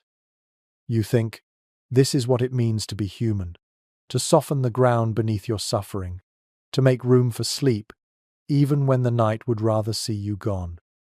Evening again. The light fades slowly across the plains, sliding from white to silver to a dim, bruised blue. The air feels different tonight, less cruel, as though the world is taking a breath before plunging into deeper cold. You sit outside your shelter, watching the sun hover low, caught between setting and surrendering. The wind carries a faint hum, a rhythm you've started to understand, the steady heartbeat of seasons changing. Most climate scientists agree that the Ice Age wasn't a constant freeze, but a shifting rhythm of warmth and cold, light and shadow. Winters could stretch for months, even years, and summers brief. Tender things brought enough melt to wake the rivers and coax fragile green shoots from the frost. Humans adapted their sleep to that rhythm. They learned the art of hibernation, not in the strict sense, but in spirit, a slowing of body and time. You remember nights so long that the sun seemed a rumor. Sleep during those winters came in heavy waves. People would drift in and out of drowsiness, curling deeper under furs, moving only to feed the fire or chew at stored meat. Archaeological evidence of bone growth and metabolic changes suggests that Ice Age humans consumed fat and marrow through the dark months to sustain energy while resting more than they worked. Their bodies slowed down, conserving what little heat the world allowed. You stretch your hands toward the fire, feeling its warmth seep into your palms. The smoke drifts upward, vanishing into the slow swirl of snowflakes. Behind you, others are already lying down, cocooned in furs, breathing softly. There's a gentleness to these early hours of night, a shared silence that feels almost sacred. Curiously enough, traces of charcoal and lamp soot found on cave ceilings hint that people once painted or repaired their art during the long, dark months. Perhaps they couldn't sleep, or perhaps sleep and wake blurred together until they became the same thing. You can picture it. A figure rising in the middle of the night, stirring embers to life, grinding pigment from stone, tracing a mammoth's curve across the wall while others dreamed behind them. Experts continue to debate whether Ice Age people entered a kind of seasonal dormancy, a semi-hibernation like bears or hedgehogs. Some anthropologists believe lower sunlight, minimal food, and bone evidence of slowed metabolism suggest it's possible. Others argue it's unlikely. Human bodies weren't made for full hibernation. Whatever the truth, something in the darkness changed the rhythm of their minds. They slept longer, dreamed deeper, lived slower. You look toward the eastern horizon. The sky there glows faintly green, the aurora again, shy tonight. The light feels like a conversation between earth and air. You pull your fur tighter and feel your heartbeat slowing with the temperature. There's a strange peace in the thought that the entire planet once moved to this rhythm. A long inhale of cold, a long exhale of melt, over and over, for thousands of years. Inside the shelter, the fire's glow paints everyone in soft orange. Their faces, half hidden beneath pelts, look younger, gentler, unburdened for a few hours. You step quietly back in, careful not to disturb the calm. The warmth envelops you, heavy and fragrant smoke, hide, and the faint sweetness of thawing grass beneath the bedding. You settle near the entrance, where the air is cool but not cruel. Your body begins to adjust automatically, as if some ancient instinct knows the order of operations. Relax the hands, lower the shoulders, breathe through the nose. These people didn't have clocks, but they lived in perfect synchrony with the light. A fascinating discovery in prehistoric bones shows evidence of rhythmic growth spurts and pauses, correlating with seasonal changes in daylight. It suggests that humans quite literally slept differently depending on the time of year. Winter sleep was heavier, dreamier.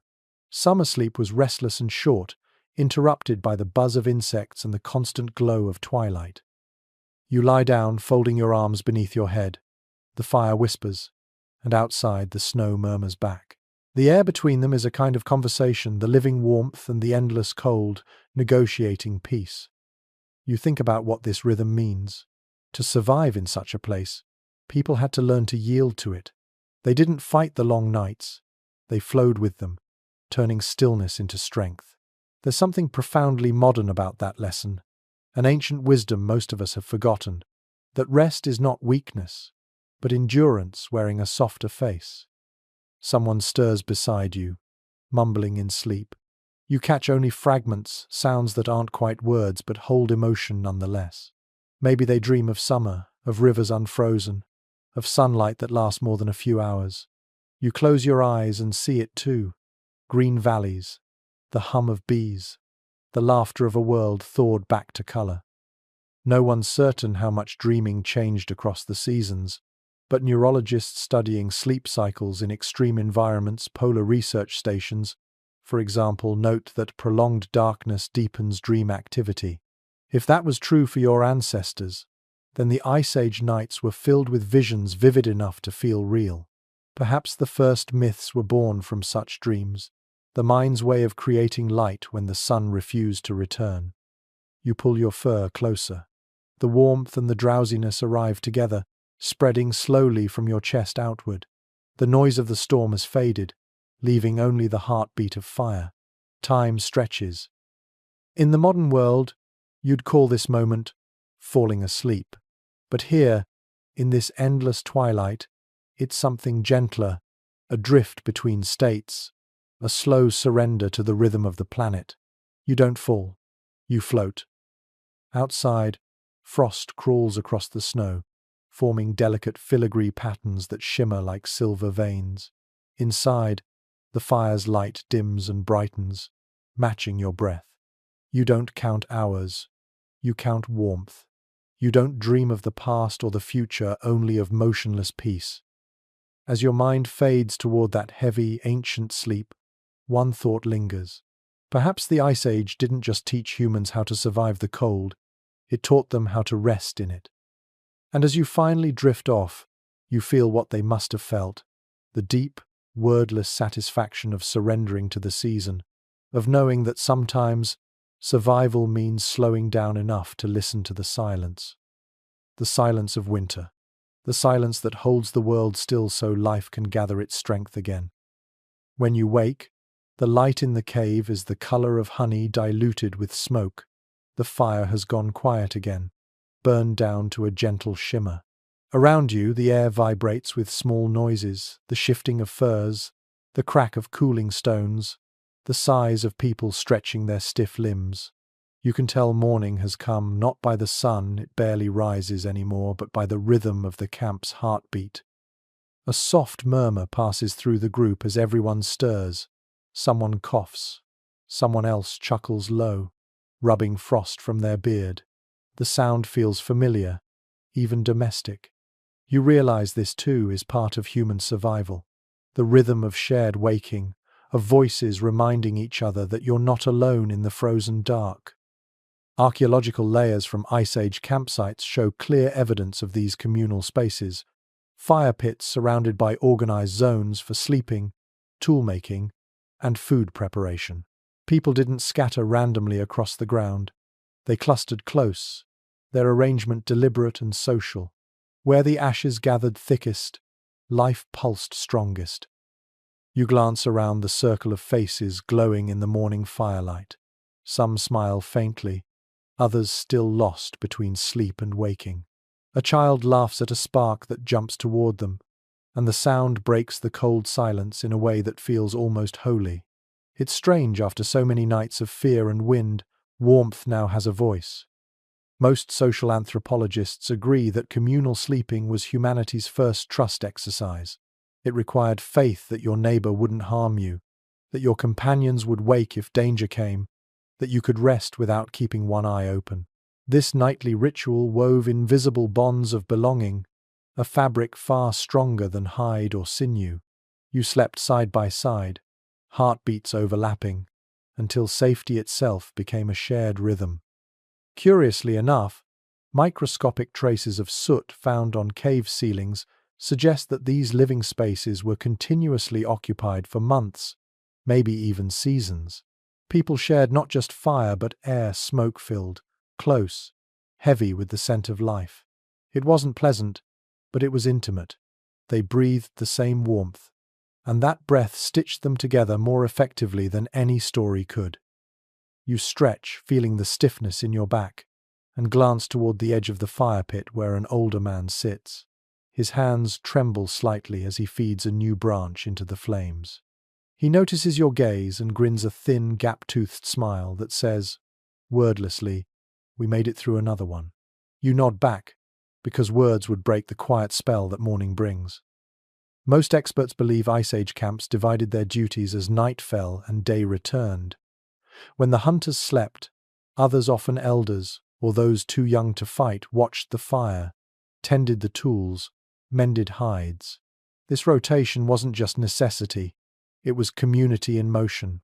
Survival wasn't an individual act, it was choreography. The child from earlier crawls into your lap, their skin warm beneath layers of fur. They yawn, wide and unashamed, and you feel their heartbeat against your chest. You're reminded suddenly of how fragile life is here and how miraculous it is that anyone sleeps at all. You remember something a researcher once said: humans didn't invent society, they slept their way into it. The long nights of shared rest created empathy long before language could name it. There's truth in that. The rhythm of breathing together, of fire crackling and limbs touching in trust, turned isolation into kinship. A peculiar clue from some French cave floors supports this: multiple depressions in the same soil, pressed side by side, some overlapping slightly. The marks suggest people shifting in sleep, adjusting to one another's warmth. Those imprints, frozen for tens of millennia, are the oldest photograph of comfort we possess. You glance toward the fire again. The wood snaps, sending up a thin thread of smoke that coils toward the low ceiling. The light catches in it, creating soft halos around every moving figure. Someone sharpens a blade. Someone else hums under their breath a tune without melody, only rhythm. It's not music, not yet, but it carries familiarity. Anthropologists still discuss whether these murmured sounds evolved into the first lullabies or chants. Some argue that they were a way to mark time or soothe fear. Others suggest they were expressions of gratitude, small songs to keep the night kind. Whatever their purpose, they were proof that humanity found beauty even when surrounded by hunger and frost. You shift the child from your lap and stand, stretching your legs.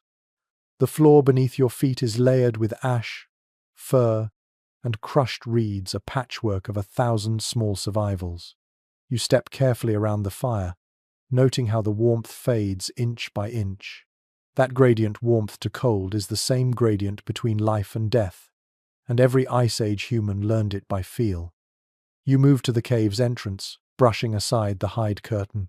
Outside, the air bites at your skin immediately. The valley below lies half drowned in fog. You can't see far, but you can hear the crunch of distant footsteps, the soft murmur of others waking across the camp. This network of caves, fires, and sleeping circles is more than survival, it's civilization in embryo. The cooperation born here will echo across every generation to come, shaping the way humans build villages, cities, nations, all from the simple truth discovered under ice. That warmth multiplies when shared. You return inside. Someone hands you a piece of roasted fat, still sizzling faintly from the fire. You take a bite, feeling the warmth spread through your chest. The others begin their routines, some preparing tools, some wrapping hides, some curling back under furs for a few minutes of stolen rest before the next march. The hum of daily life fills the space like a soft drum beat. You sit quietly and watch it, all the tiny gestures of survival woven together into a pattern of peace. It's fleeting, fragile, and perfect. For a few moments, the cold feels far away. No one's quite sure what they dreamed about during those long communal nights. But perhaps it was this: a fire that never went out, a warmth that belonged to everyone, a silence filled not with fear but with breathing. You close your eyes and imagine that dream spreading from person to person, carried through centuries until it reaches you, here, in your own bed under your own roof. You are still part of that circle. The fire pops softly. The child giggles. The wind outside sighs through the cracks. For the first time in days, you feel not like a survivor, but like a participant in something ancient and unbroken. The shared act of rest, repeated 1,000 generations deep. The night returns quietly, slipping over the horizon like a great dark animal. Inside the cave, the last embers flicker low, glowing like sleeping eyes. The group settles into their evening routine, some stretch furs, others rearrange stones around the hearth. A few stand watch near the mouth of the shelter, listening. You take a place by the fire, the warmth licking at your palms, your thoughts heavy with the day's exhaustion. In every Ice Age community, someone always stayed awake. The guardians of the fire, they were the sentinels of warmth, the keepers of light when all else surrendered to darkness. Most researchers agree that this watchful role rotated, shared among adults and elders alike. To keep the flame alive was not just duty, it was an act of love, a quiet promise to everyone sleeping under the same fragile roof. You watch now as the oldest man in your group, his hair white as ash, leans forward to tend the fire. His hands are steady, though the joints swell with age. He uses a long stick to stir the coals, coaxing the glow back to life, then adds a handful of moss for smoke, another of dry wood for flame. The rhythm of his movements is slow, deliberate. He doesn't look at the fire so much as listen to it. Curiously enough, archaeologists studying soot layers in prehistoric caves noticed an intriguing pattern: periodic bursts of ash density at regular intervals, suggesting fires were refreshed every few hours, even during the deepest nights. Someone was always awake, feeding the light. Someone always kept the cold from reclaiming what had been won. You glance toward the sleepers, bundled tight, faces barely visible under their furs. Their breathing fills the room like waves, soft and even. One child kicks in their sleep, muttering a sound that might be laughter. The old man glances over and smiles faintly, shaking his head. You can tell this ritual has played out countless times before him, and it will play out countless times after. Most anthropologists believe that these watchful nights gave birth to humanity's first sense of guardianship, the idea that protection could be shared. In the dark, with the wolves howling and the cold whispering through the cracks, the firekeeper became something sacred. They were the hinge on which rest could turn.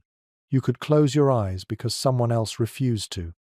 You shift closer, drawn by the soft, hypnotic sound of crackling wood. The old man notices and gestures for you to sit beside him. His hands are blackened with soot, his face lined with years of wind and smoke, but his eyes hold the calm of someone who has stared down too many winters to be afraid of this one. He hands you a branch. Your turn, his gesture says, though no words are exchanged. You take it, feed it gently into the flame. It catches quickly, brightening the chamber. The light dances over the tusks above, gliding along the curved surfaces until they gleam like molten gold. The sight fills you with quiet awe. A peculiar discovery from an Ice Age settlement in Russia revealed rings of charred stone encircling hearths, as if to contain embers that burned longer than the night itself. Some scholars believe these were communal fires tended by multiple hands, each ring marking a shift of watch. To share the flame was to share existence. The old man nods once, satisfied, and settles back against the wall. His eyelids droop, but never fully close. You realize now why people trusted him with this duty, because he knows how to listen. The fire speaks to him in crackles, sighs, small collapses. He adjusts it by instinct, not thought. You wonder how many times he's done this, how many nights of smoke and silence he has carried, so others could dream. Experts still argue about whether Ice Age people truly worshipped fire or simply revered it. Some say ritual gestures, ashes spread carefully. Fires built in precise circles suggested spiritual significance. Others think it was just habit refined by necessity. But watching the old man, you understand that reverence doesn't need names or gods. Sometimes, gratitude is enough. The smoke swirls upward, curling along the roof like slow, thoughtful writing. The scent is heavy, resinous, but soothing. Outside, the wind claws faintly at the entrance, muffled by hides. The fire flares once, then steadies as if drawing a deep breath. The others sleep on. The cave glows in orange rhythm, each pulse of light brushing across faces, stone and bone. You can almost feel time slowing heartbeat, breath, flame, all synchronized in one long inhale of existence. There's a moment when you think about modern nights, how you close a switch instead of stoking a flame, how light now hums from walls instead of hearts. The ancient watchers must feel distant, but some part of you recognizes them still. Every lamp on a bedside table, every parent who stays awake until their child sleeps, it's all an echo of this same instinct. A log shifts, collapsing in on itself with a sigh. You reach out with the stick and adjust it, the action fluid, automatic. For a fleeting instant, you imagine you're the only living thing left in the world, the keeper of the last fire. It's not loneliness you feel, though. It's purpose. In the stillness, your mind wanders. You picture the hunters on the plains, their fires visible like distant stars. Each one a small defiance in the frozen dark, each one guarded by someone like you. Together, they form a constellation not of light, but of endurance. The old man finally speaks, voice hoarse and soft as the ashes. A single word, maybe your name, maybe something older. He gestures toward the coals as if to say, "Watch." Then he lies back and closes his eyes. The responsibility passes to you, warm and quiet as the fire itself. Hours blur. You feed the flame. You listen to the wind test the hides. You watch the embers pulse red, then gold, then white.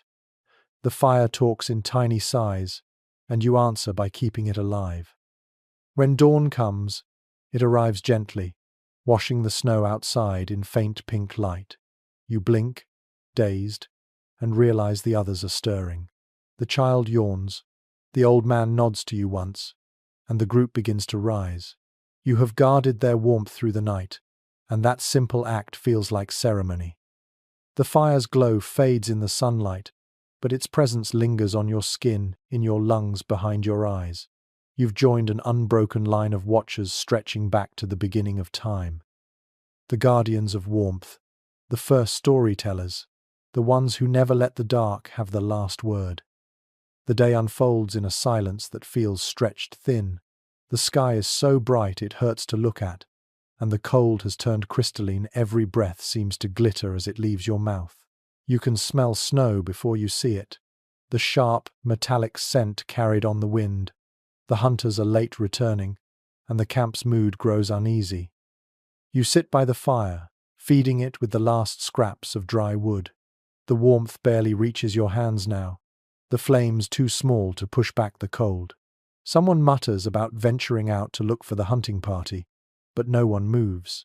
You all know that in weather like this, movement can be death disguised as courage.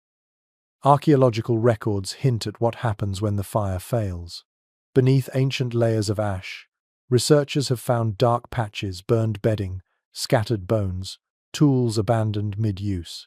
In some cases, the evidence is subtle.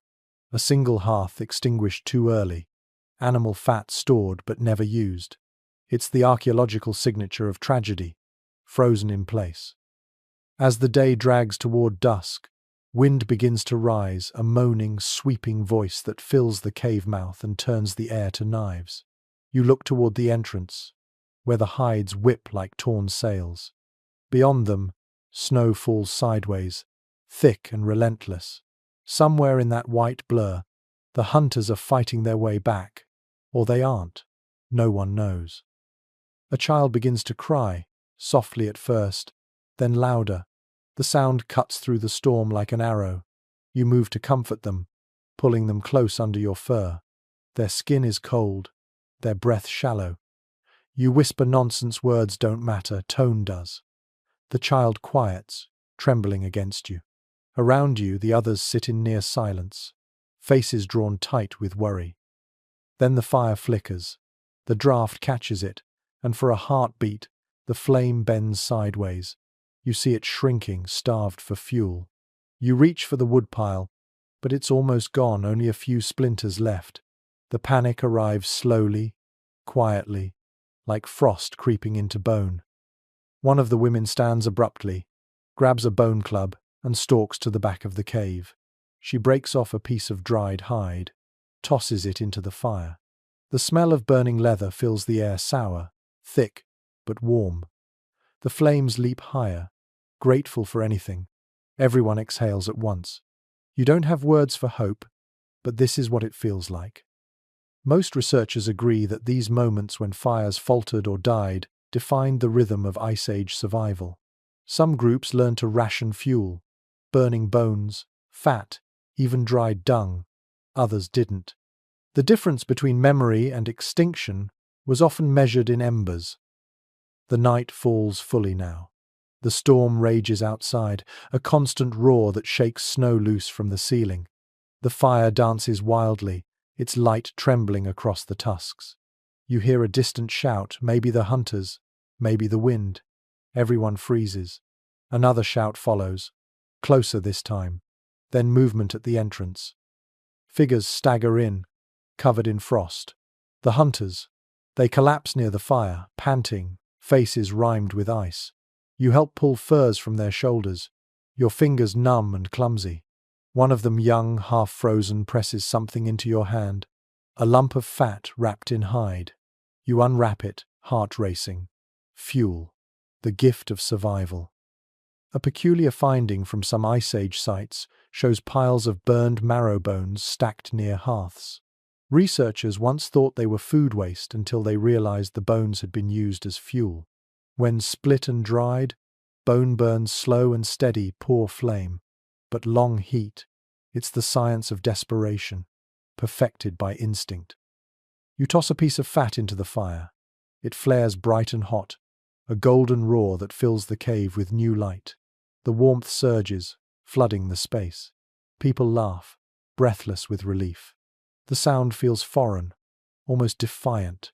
Even the child stirs and smiles weakly, their small face bathed in orange glow. Experts still debate whether fire failures led to ritual or superstition, whether people prayed to flames or simply pleaded with physics. Some evidence suggests offerings, bits of meat, carved beads, even drops of blood pressed into ash. Whether those were gestures of faith or gratitude, no one can say. You understand both now. You'd promise anything for the light to stay.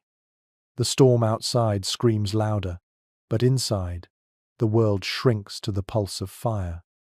The heat returns to your fingers, your face. You can feel it seeping into the fur, into the air itself. The hunters begin to speak short, broken words about ice cracks, lost tools, a mammoth trail vanishing in snow, but no one truly listens. You're all just grateful to be alive. You think of other nights, other fires that didn't make it, the evidence buried deep beneath snowdrifts, the half-frozen shelters abandoned midwinter. Perhaps somewhere, even now, another camp's fire has gone out. You send a silent thought to them, not quite a prayer, more like a wish carried by smoke. Let someone find warmth before it's too late. Curiously enough, one set of footprints, preserved in permafrost, tells a strange story.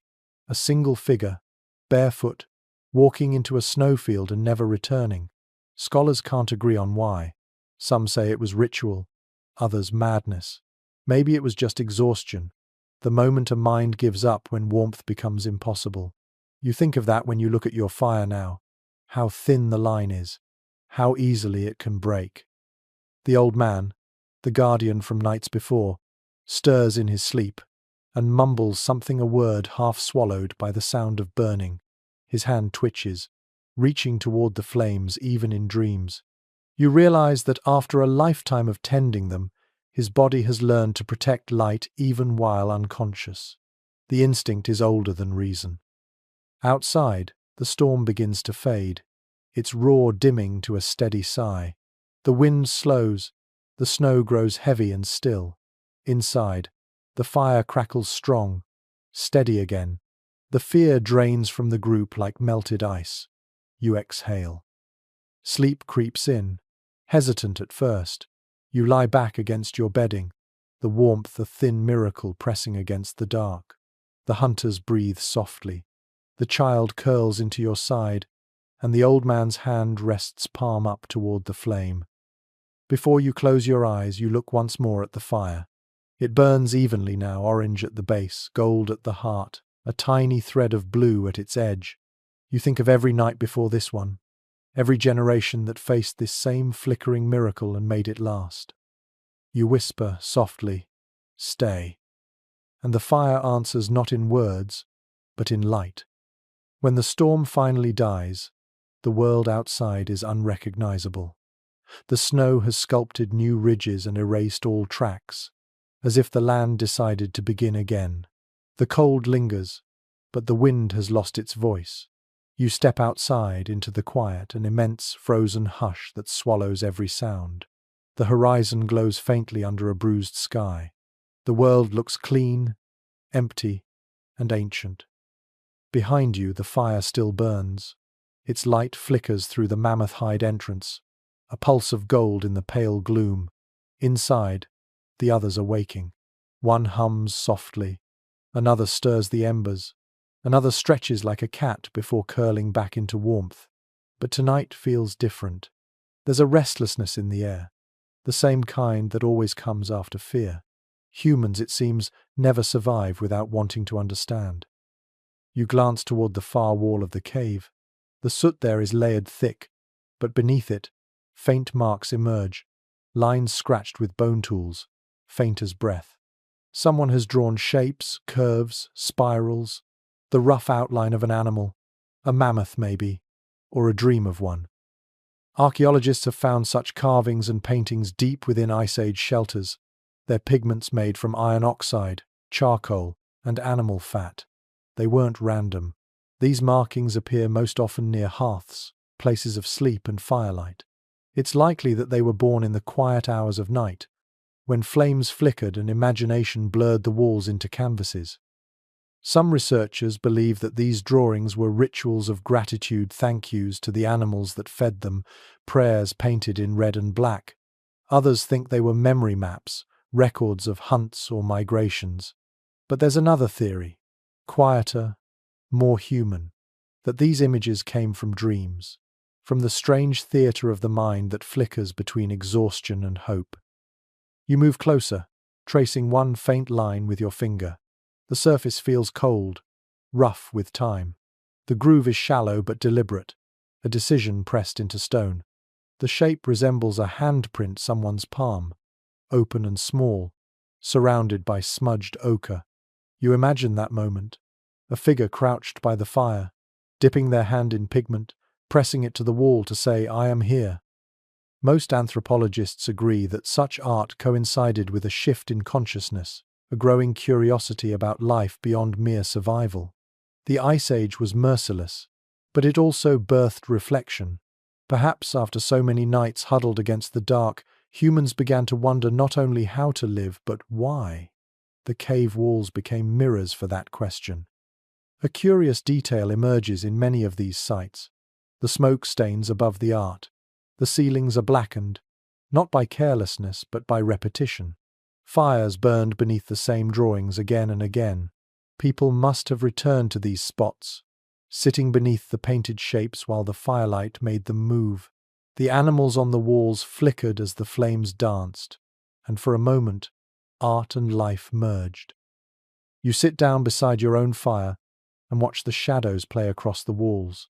The tusks, the soot, the lines of ochre all shift as the flames move, creating illusion from chaos. The mammoth seems to walk, the handprint seems to wave. For a moment, you understand how belief begins not with gods or rules, but with light and imagination meeting in the dark. Experts continue to discuss whether these paintings were done in silence or accompanied by chant, by sound, meant to echo like breath inside stone. Some caves, like those in France and Spain, have natural acoustics that make a whisper carry like thunder. You imagine standing in that vast chamber, your voice multiplying until it feels divine. Maybe that's why they painted there, to speak to the stone and hear the stone answer. The smell of the fire thickens. Someone behind you hums again, softly, the same low note they use when calming the children to sleep. The sound mingles with the crackle of flame and the faint drip of melting frost. The rhythm is hypnotic. You close your eyes and see the flickering shapes again, not painted this time, but moving in your mind. Animals, stars, faces. You understand why people once believed dreams were messages. They felt too vivid to be yours alone. Curiously enough, residue analysis from ochre lamps shows traces of animal fat and marrow mixed with pigment, suggesting that light and color were one and the same. Imagine painting by that glow, the lamp sputtering, shadows growing long, smoke curling upward in delicate spirals. Each motion of the hand a dialogue between human and element. It wasn't just art. It was survival's song sung in color. You open your eyes and look again at the wall. The handprint catches your attention most of all. Its fingers splay wide, the palm pressed deep enough that texture still clings to it after all these millennia. Whoever left it didn't mean to decorate, they meant to exist. In a world where death was everywhere, leaving a mark was a rebellion. No one's entirely certain what these symbols meant. Some scholars propose they were territorial signs claiming ownership. Others see them as signatures of identity, each hand a name, each curve a thought. But you sense something simpler, the universal human desire to be remembered. The fire crackles louder now, and the old man from before stirs beside you. He sees what you're looking at and nods knowingly. Then he picks up a bit of charcoal and gestures toward the wall. You hesitate, but he insists. You crawl closer, heart pounding like a child caught doing something sacred. You press your hand against the cold stone. The soot smears easily, warm against your palm. When you pull it away, your outline remains. You stare at it for a long time. The print looks fragile, almost translucent in the firelight, but it's there. You've joined the lineage of those who left something behind. Not a tool, not a hunt, but a whisper of presence. Experts call this impulse symbolic behavior. You call it proof of yearning, the same force that drives you now to light candles, to write names, to tell stories. The Ice Age mind was not primitive, it was poetic. It dreamed in pigment, sang in fire, and spoke in silence. The fire flickers again, and for a heartbeat, your handprint seems to move. You lean back, breath slow, eyes heavy. The wall glows softly, a constellation of human will. Outside, the snow glitters under the returning moon. The world is still, but inside, the air hums with memory. Before you drift to sleep, you look at your mark once more. You think about the thousands of hands that came before yours, all pressed into stone for the same reason, to say, "We lived." And somewhere in the quiet, the stone seems to echo back, "You still do." By the time the next dusk comes, the fire is burning low again, its light soft and amber. The child beside you sleeps curled in a nest of fur, their small hand resting near the embers as if they're guarding it. You smile faintly and tuck the hide closer around their shoulders. In this age, warmth isn't comfort, it's inheritance. The young learn it before they can speak, that survival begins with heat and ends without it. You shift your gaze to the far side of the shelter. There, a woman sits cross-legged, humming while rubbing two pieces of hide together to soften them. Beside her, another prepares a tiny bundle dry moss, bits of grass, shreds of fur forming what looks like a small cushion. You realize what it is, a bed for a child. Archaeologists have found evidence of such care. In several Ice Age sites, infant remains were discovered nestled in pits lined with fur, moss, and feathers. These weren't graves, they were cradles, insulated and soft. It seems that even amid endless winter, people learned tenderness. The smallest bodies were treated as treasures of warmth, cocooned against the world's indifference. You crawl closer, drawn by curiosity. The woman looks up and smiles, a brief, tired curve of her lips. She holds out the bundle for you to feel. It's astonishingly light, yet dense with layers, each one carefully chosen. Moss for moisture, fur for heat, grass for breath. When you press your palm to it, it radiates faint warmth from the fire. You hand it back with quiet awe. Most anthropologists agree that Ice Age groups had a strong sense of childcare built on community rather than bloodline. Infants belonged to everyone. When one cried, it wasn't just the mother who responded, but whoever was closest to warmth. The cold made selfishness impossible. Curiously enough, residues of animal milk and powdered bone have been found on ancient tools shaped like spoons or spouts.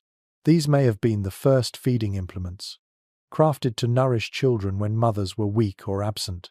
You picture a night like this one, a baby stirring, a hand reaching out through smoke and darkness to feed them by the fire's dim glow. Even without words, that act speaks a language as old as time. You live, therefore we live.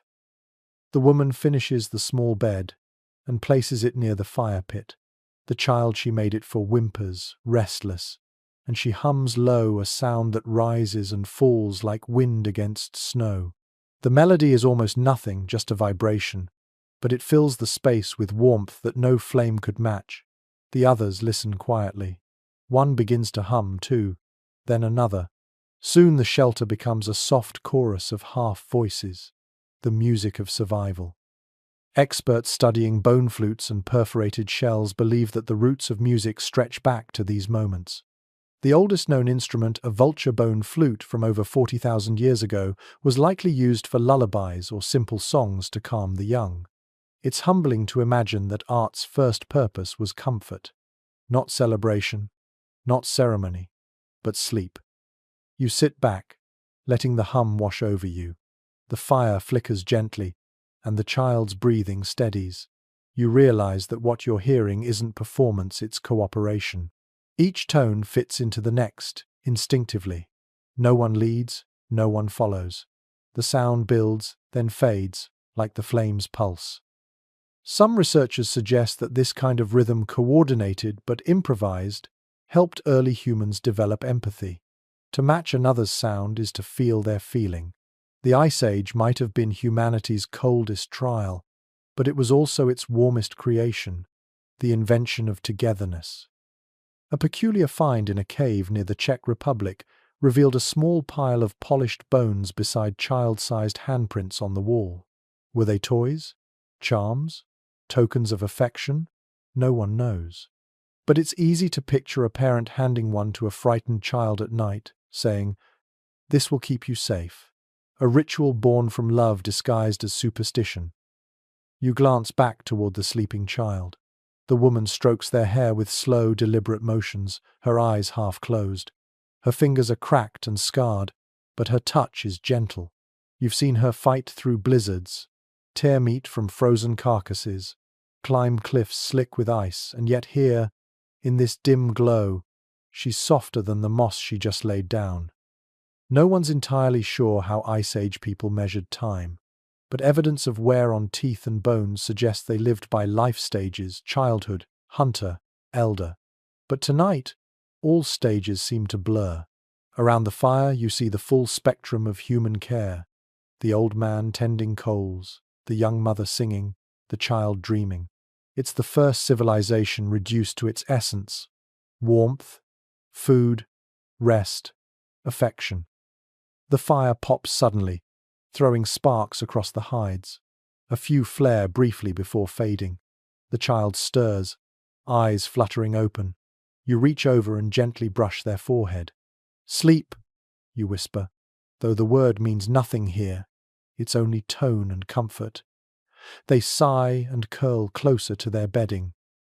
Experts continue to discuss whether Ice Age humans conceptualized family the way we do now. Some think bloodlines mattered little. Bonds formed through survival instead. Others argue that kinship still shaped their world. But watching this, you sense that love was not about lineage, it was about warmth. Whoever kept you alive was your family. Outside, the wind returns, brushing snow against the walls. It's gentle this time, almost a lullaby of its own. The group hums softer now, their voices fading into the rhythmic hiss of the fire. You lean back, eyes half closed, the song vibrating faintly in your chest. In this moment, the entire Ice Age feels small, no longer vast and merciless, but intimate, tender, human. You understand that even here, surrounded by predators and frost, there were mothers who sang, fathers who watched, children who dreamed. And as you drift toward sleep again, you realize that warmth is not only heat, it's memory. The comfort of hands that held you once, of voices that promised morning would come. The child's breathing deepens. The fire hums softly. You close your eyes, the lullaby still echoing in your bones. For the first time in this frozen world, you feel what they must have felt. Not fear, not endurance, but love pure and wordless, the oldest warmth of all. The fire has burned low again, nothing left but a slow pulse of orange buried in grey. You wake to stillness, a silence so heavy It feels like sound waiting to be born. The air tastes of ash and hide. Familiar, almost metallic. Around you, the others are asleep, motionless forms under heaps of fur. You can hear only their breathing. Steady, fragile, proof of life. You move carefully, not wanting to wake anyone, and reach for your pack. Inside it lie the few tools that mean everything in this world. A small knife, a flint shard, a strip of dried meat, and beside them, something else, wrapped in hide. You open it gently. Inside are your tools of the night. A bone blade polished smooth, a charm carved from antler, and a heavy stone with sharp edges. The first two are for reassurance. The last is for defense. Archaeologists often find weapons beside Ice Age sleeping areas. Spears, axes, knives, and even small piles of stones ready to throw, all within arm's reach. It's not coincidence. Those ancient sleepers went to bed prepared for danger because the night offered no promises. Safety was never total. It was negotiated hour by hour. You slide the stone closer to your hand and look toward the cave's mouth. The hides covering it shift faintly with the wind, breathing in and out like an animal. Beyond them, you can sense the open world, still dark, still waiting. You strain your ears. Nothing. The silence itself feels alive. Most anthropologists believe that keeping tools nearby became a psychological ritual as much as a practical one. It calmed the mind, a talisman against uncertainty. The blade wasn't just a weapon, it was reassurance. Like a modern lock on a door, it allowed the mind to drift towards sleep.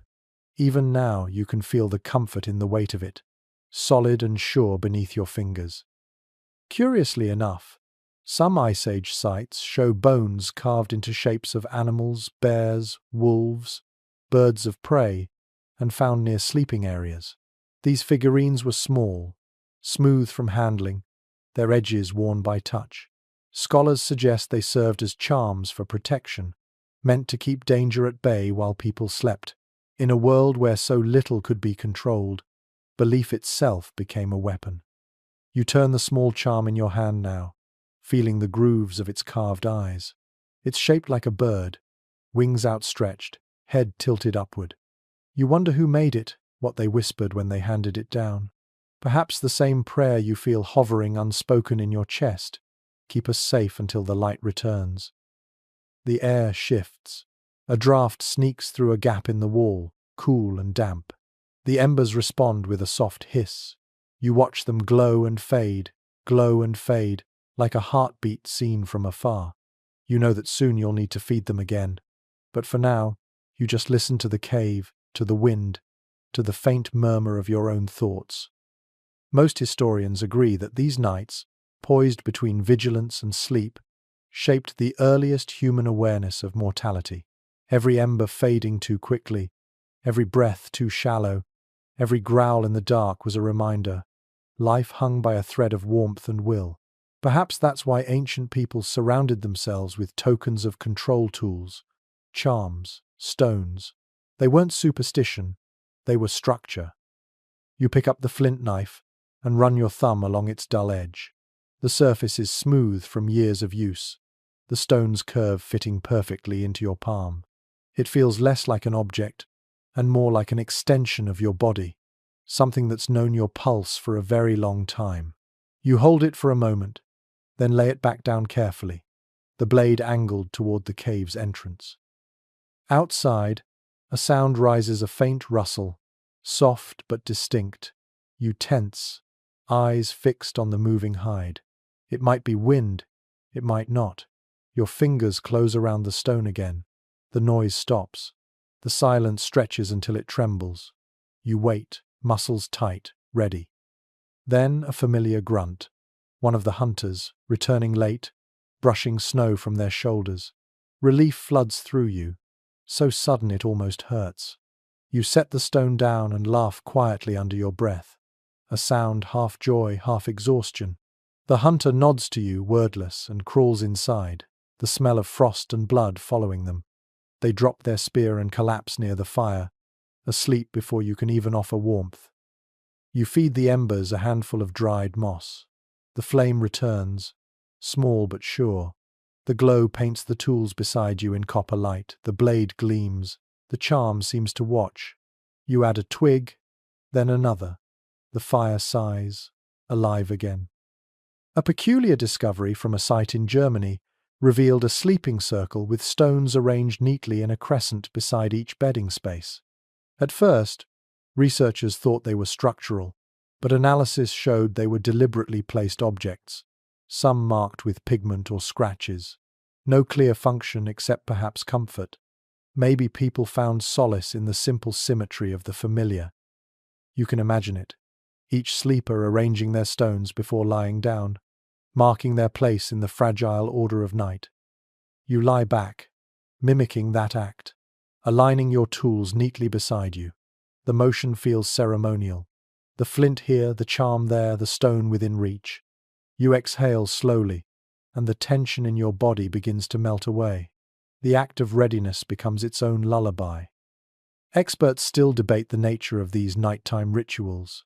Some call them practical habits, others call them precursors to spirituality. Perhaps they were both. Humans were learning, even then, that fear can be managed through preparation, that symbols can make the unknown bearable. The hunter beside you snores softly now, the firelight flickering across their face. You reach for your charm one more time, rubbing its smooth wings between your fingers. The motion is rhythmic, calming. The bird seems to hum faintly in your grip, though you know it's only the sound of your pulse echoing through bone. You place it on your chest, close enough that its cool weight anchors you. The warmth from the fire, the faint glow on the walls, the steady breathing around you, all of it folds together into a kind of peace. Not safety exactly, but peace. Before sleep takes you, your last thought drifts toward the objects at your side. The stone, the blade, the charm. You realize they are more than tools. They are extensions of the self, pieces of human persistence carved against the cold. The first bedside guardians, waiting in silence, reminding every sleeper that courage doesn't always roar, it sometimes just rests nearby. Outside, snow begins to fall again, soft as breath. The sound of it gathers at the entrance, muffled and patient. The fire flares once more, stretching shadows across the tusks. You close your eyes, one hand resting on the charm, the other near the stone. The night moves around you, vast and watchful, but you feel its power differently now. You are not unarmed. You are not unguarded. You are human. When you next wake, it is to a sky bleeding pink through the storm's remains. The air feels warmer, though warm here only means less deadly. The fire has dwindled again, but the cave glows faintly with reflected light from the snow outside. Soft, pale, forgiving. You stretch your limbs beneath the furs, feeling the stiffness of sleep give way to motion. The others are already stirring, voices low, movements practiced and slow. The hunters move first, their bodies lean silhouettes against the entrance. They wrap hides tighter, sharpen spear tips, check the bundles of dried meat they carry on their backs.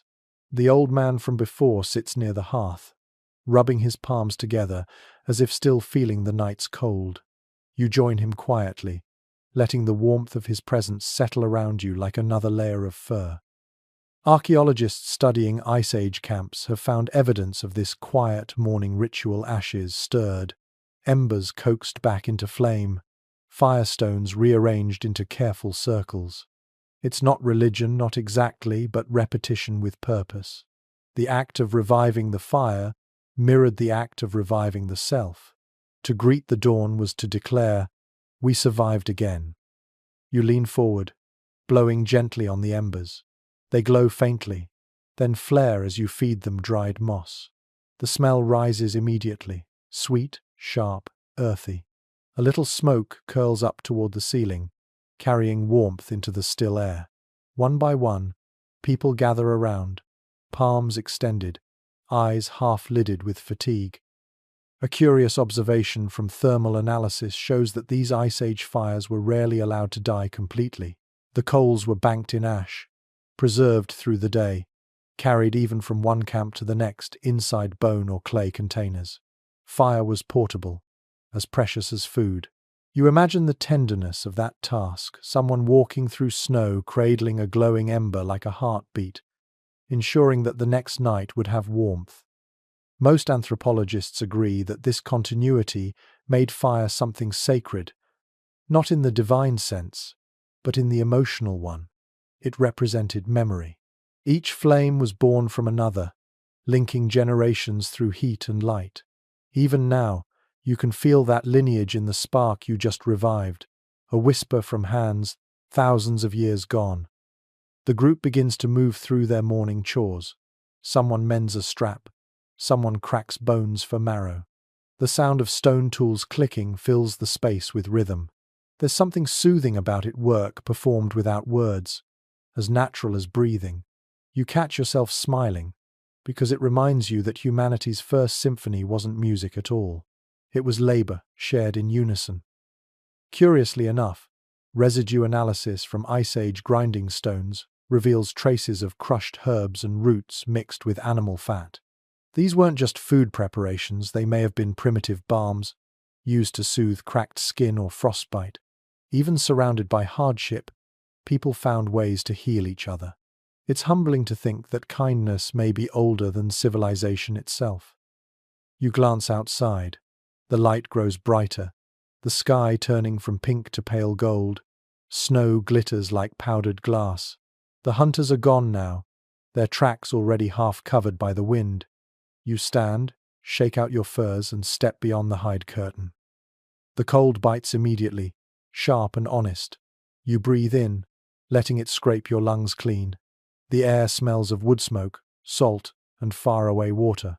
Somewhere beneath the snow, a river still runs slow, invisible, unstoppable. It reminds you of the blood in your own veins. Life flows beneath the frozen crust, waiting for warmth to return. Most climatologists studying Ice Age hydrology agree that even during the coldest millennia, liquid water persisted underground and under ice sheets. These hidden rivers became lifelines for humans and animals alike. Camps were often built near them, not by coincidence, but by ancient memory. The rhythm of water meant safety, and its murmur in the distance lulled even the wary to sleep. You walk toward the sound now, a faint trickle somewhere beyond the ridge. The snow crunches beneath your boots, loud in the stillness. Each step sinks deep, sending tiny avalanches of powder cascading around your ankles. When you reach the edge, you see it, a stream cutting through the snow like a wound of silver. Its surface steams faintly where sunlight strikes. You kneel beside it and dip your fingers in. The cold stings, but it's clean alive. You cup your hands, drink, and feel the shock of freshness shoot through your chest. For a brief, dizzy moment, you remember what summer feels like. No one's entirely sure how Ice Age people kept themselves hydrated during the longest freezes. Some evidence suggests they melted snow in hide pouches over fire. Others believe they harvested ice and stored it inside shelters to thaw gradually. But the discovery of streamside camps tells another story, that people followed water not just for hunting, but for peace. The sound itself was comfort. You stay there for a while, just listening. The water murmurs softly, and in that rhythm you hear something familiar. The crackle of fire, the rustle of sleep, the beating of your own heart. It's as if the entire world is breathing the same quiet exhale.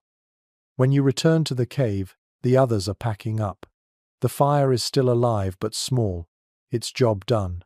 The old man gestures toward it, then toward a flat stone on which a tiny ember glows alone. You understand instantly it will travel with you. The fire will never truly die. You wrap it carefully in dried moss and place it inside a shell, closing it like a secret. Experts continue to debate whether these carried embers were viewed symbolically or simply functionally. Some argue they represented continuity, the soul of the group, moving from place to place. Others say it was just efficiency, but maybe both are true. After all, survival and meaning often blur together in the human mind. You sling your pack over your shoulder and look around the cave one last time. The wall with the handprints catches your eye. Your mark is still there, faint but visible, black against the stone. You touch it once, then turn away. The wind greets you at the entrance, sharp but less cruel now. The group moves out, a slow procession of fur-clad figures disappearing into the white. The footprints fill quickly behind you, but that doesn't matter. What matters is the ember tucked inside your shell, pulsing softly against your chest. The warmth feels alive, like a heartbeat that isn't yours alone. You realize that this is how humanity survived, not by conquering the cold, but by carrying its opposite within. Fire, warmth, memory, each passed from hand to hand, night to night, until even now, somewhere deep in your own life, you still tend that same glow. As the cave disappears behind you, the snow crunches steady and rhythmic beneath your feet. You don't look back. You don't need to. You've learned what every Ice Age wanderer learned. The only thing you ever really take with you is warmth. And as long as you keep it alive, you're never truly lost. The march stretches long across the pale horizon. The snow, once soft, has crusted into thin ice that cracks beneath each step. The air is thin, almost soundless. You can hear only your breathing, the steady rhythm of lungs against frost. Ahead, the hunters move like shadows, their spears glinting faintly in the weak light. The cold presses from every direction, a living weight. You touch your chest, feeling for the small shell that holds the ember. It's still warm. The knowledge steadies you, the tiny fire inside that fragile container, alive despite everything. It's hard not to think of it as a heart. Most anthropologists agree that carrying fire changed the pace of human migration. Groups could travel farther, sleeping in new shelters without losing warmth. They didn't have to wait for lightning strikes or volcanic sparks.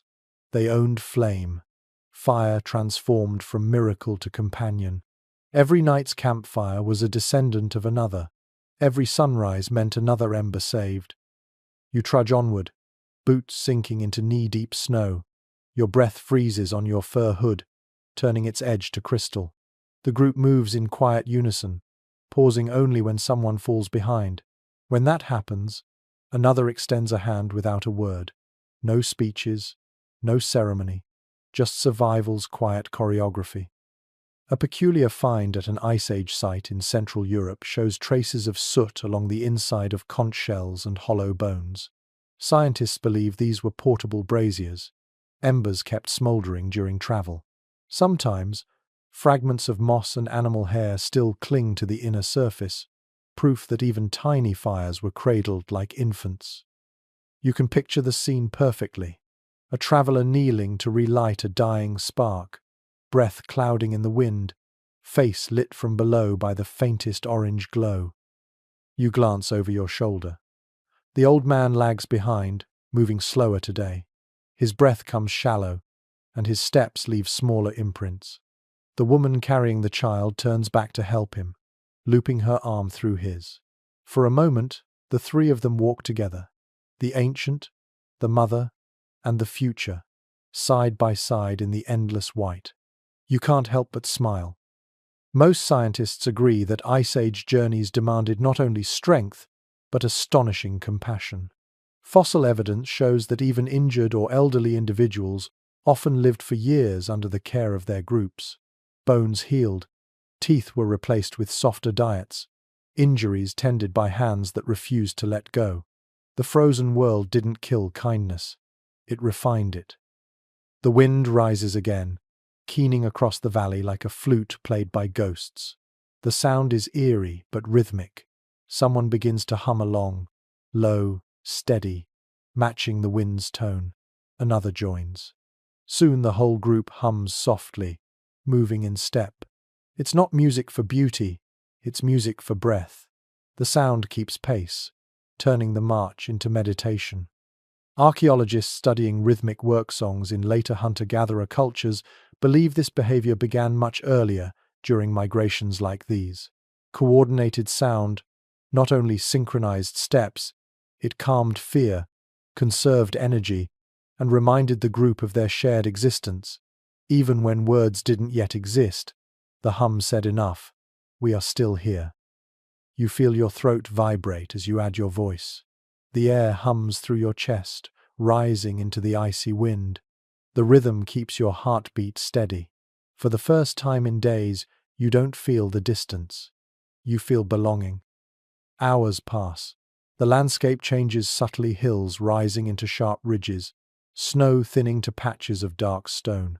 A herd's tracks appear faintly ahead, deep depressions shaped like crescents. The hunters quicken their pace. You can sense it too, the pulse of possibility. Meat, hide, life.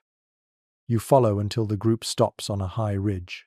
Below stretches a wide valley streaked with white and grey. At its center, clustered near a frozen river, stands a herd of bison. Their bodies steam faintly in the cold, breath rising in rhythmic clouds. They move slowly, their sighs defying the emptiness around them.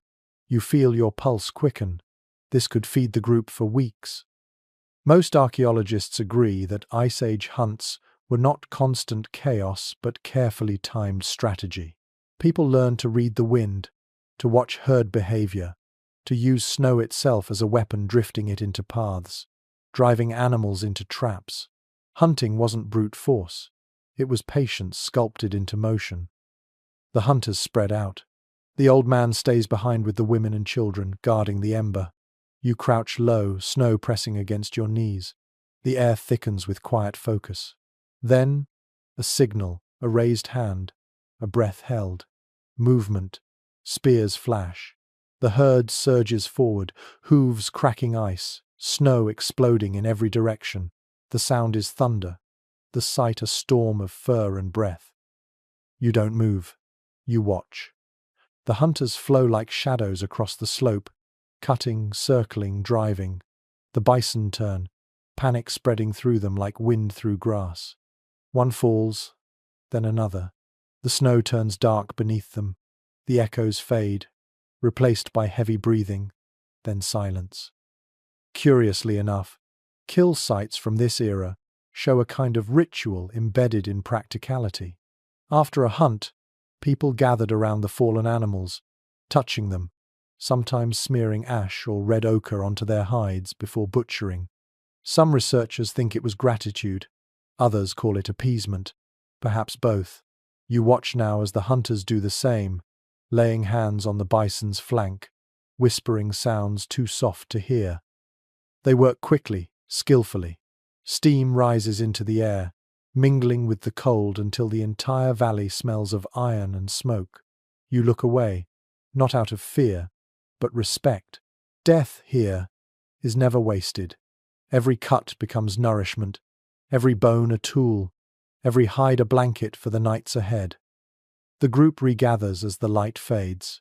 Meat is packed, bones strapped, hides folded carefully. The air grows colder again, but spirits rise. The fire they'll build tonight will burn brighter, smell richer, because it will mean abundance. The ember in your shell has done its work. It's carried you to survival once again. Most historians of early humanity argue that such shared hunts were the foundation of culture. The fire afterward wasn't just for warmth, it was for stories. Each successful kill gave birth to memory, a narrative to retell during long nights, reinforcing courage and teaching rhythm to fear. The hunt was the first myth, the fire its stage. You help gather what you can carry, hands slick with cold fat. The old man approaches, touching the shell at your chest as if to ensure the ember still lives. You nod. His lips move silently in acknowledgement. The world is still freezing, endless, merciless, but not tonight. Tonight, you'll eat. Tonight, you'll rest without counting hours. The group begins to move again, heading back toward the cave. The sky darkens to purple, the stars already flickering above. You feel the ember's faint warmth pulse once against your skin. You think of what it means that inside this shell, the same fire burns that once cooked mammoth meat and warded off lions, that kept infants alive and marked handprints on stone. That same glow has never died. As you walk, The aurora rises again, green ribbons flowing like breath across the heavens. The wind hums low. Someone behind you begins to sing, softly. The song carries forward, blending with the sound of your steps. You touch the shell once more, feeling its warmth bloom beneath your fingers. You whisper into the night, "We survived again." And the wind, almost tender now, seems to whisper back, "So far." The return to camp is slower, heavier, filled with the sounds of soft grunts and dragging sleds. The smell of meat clings to the air, a strange mixture of triumph and exhaustion. The snow glows blue beneath the rising moon, and each figure casts a long shadow that moves like a ghost tethered to its owner. When the cave finally comes into view, it feels less like a shelter and more like a miracle waiting in the dark. You enter first, pushing aside the frozen hide curtain. The old coals still shimmer faintly, dim but loyal. You kneel beside them, open your shell, and reveal the ember you carried all day. It's smaller now, just a faint heartbeat of orange surrounded by ash but still alive. You blow gently. The ember pulses once, twice, then flares. The others exhale audibly behind you, a collective sigh of relief, ancient and shared. Most archaeologists agree that carrying embers over long distances marked a fundamental leap in human endurance. It wasn't just a practical act, it was symbolic continuity, a refusal to start over. The same flame that cooked one meal might light the next camp's fire days later. In a way, humans had learned not just to survive, but to preserve memory through heat. You feed the revived flame-dried grass, then small bones. The fire crackles, catches and grows, painting the walls gold. The hunters drop their loads with groans and stretch aching limbs. The old man leans near the fire, his eyes glinting with the orange reflection. The woman who carried the child sets her down on the bedding and begins to hum again, a low rhythm that blends with the fire's whisper. A curious discovery, in an ancient Pyrenean cave, shows blackened stones arranged deliberately in layers. These hearths, built over old ashes, were stacked like pages, each layer a different night's story, the residue of thousands of evenings. Fireplaces that lasted generations, tended like living things. You imagine this same cave centuries later, filled with the same smoke, the same laughter, the same stubborn warmth.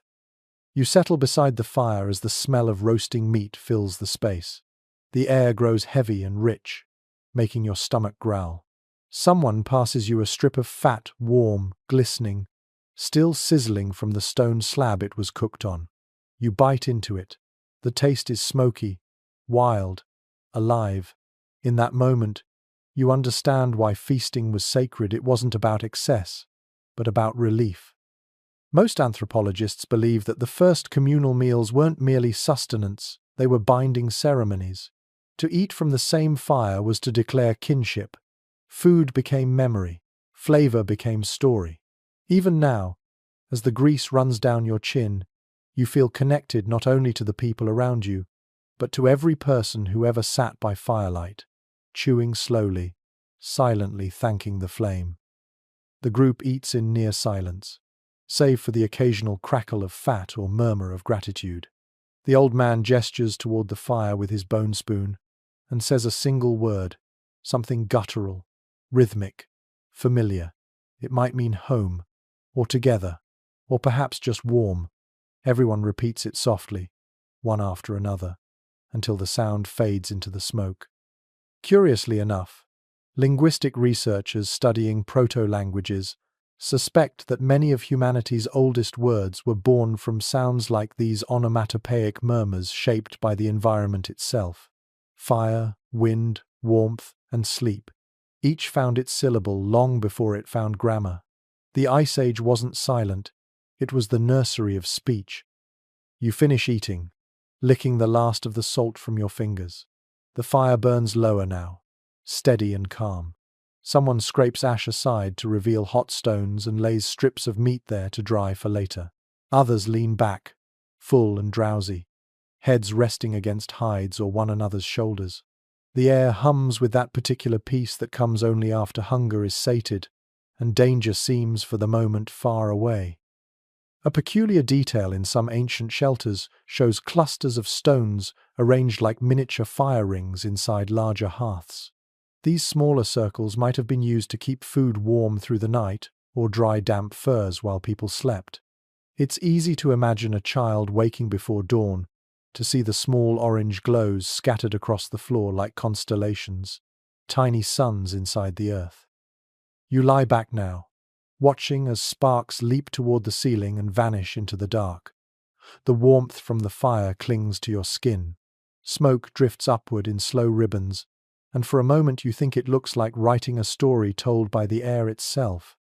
Experts still debate whether Ice Age humans understood fire as a living force or simply as a tool. Some say they spoke to it, fed it carefully, even gave it offerings. Others insist it was just necessity. But as you watch the flames shift and breathe, you can't help but see life in them. They flicker like heartbeat, sigh like breath, consume and give back in perfect rhythm. Fire, you realize, is both mirror and teacher.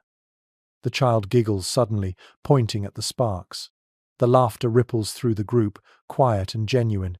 You find yourself laughing too, even as fatigue presses against your eyes.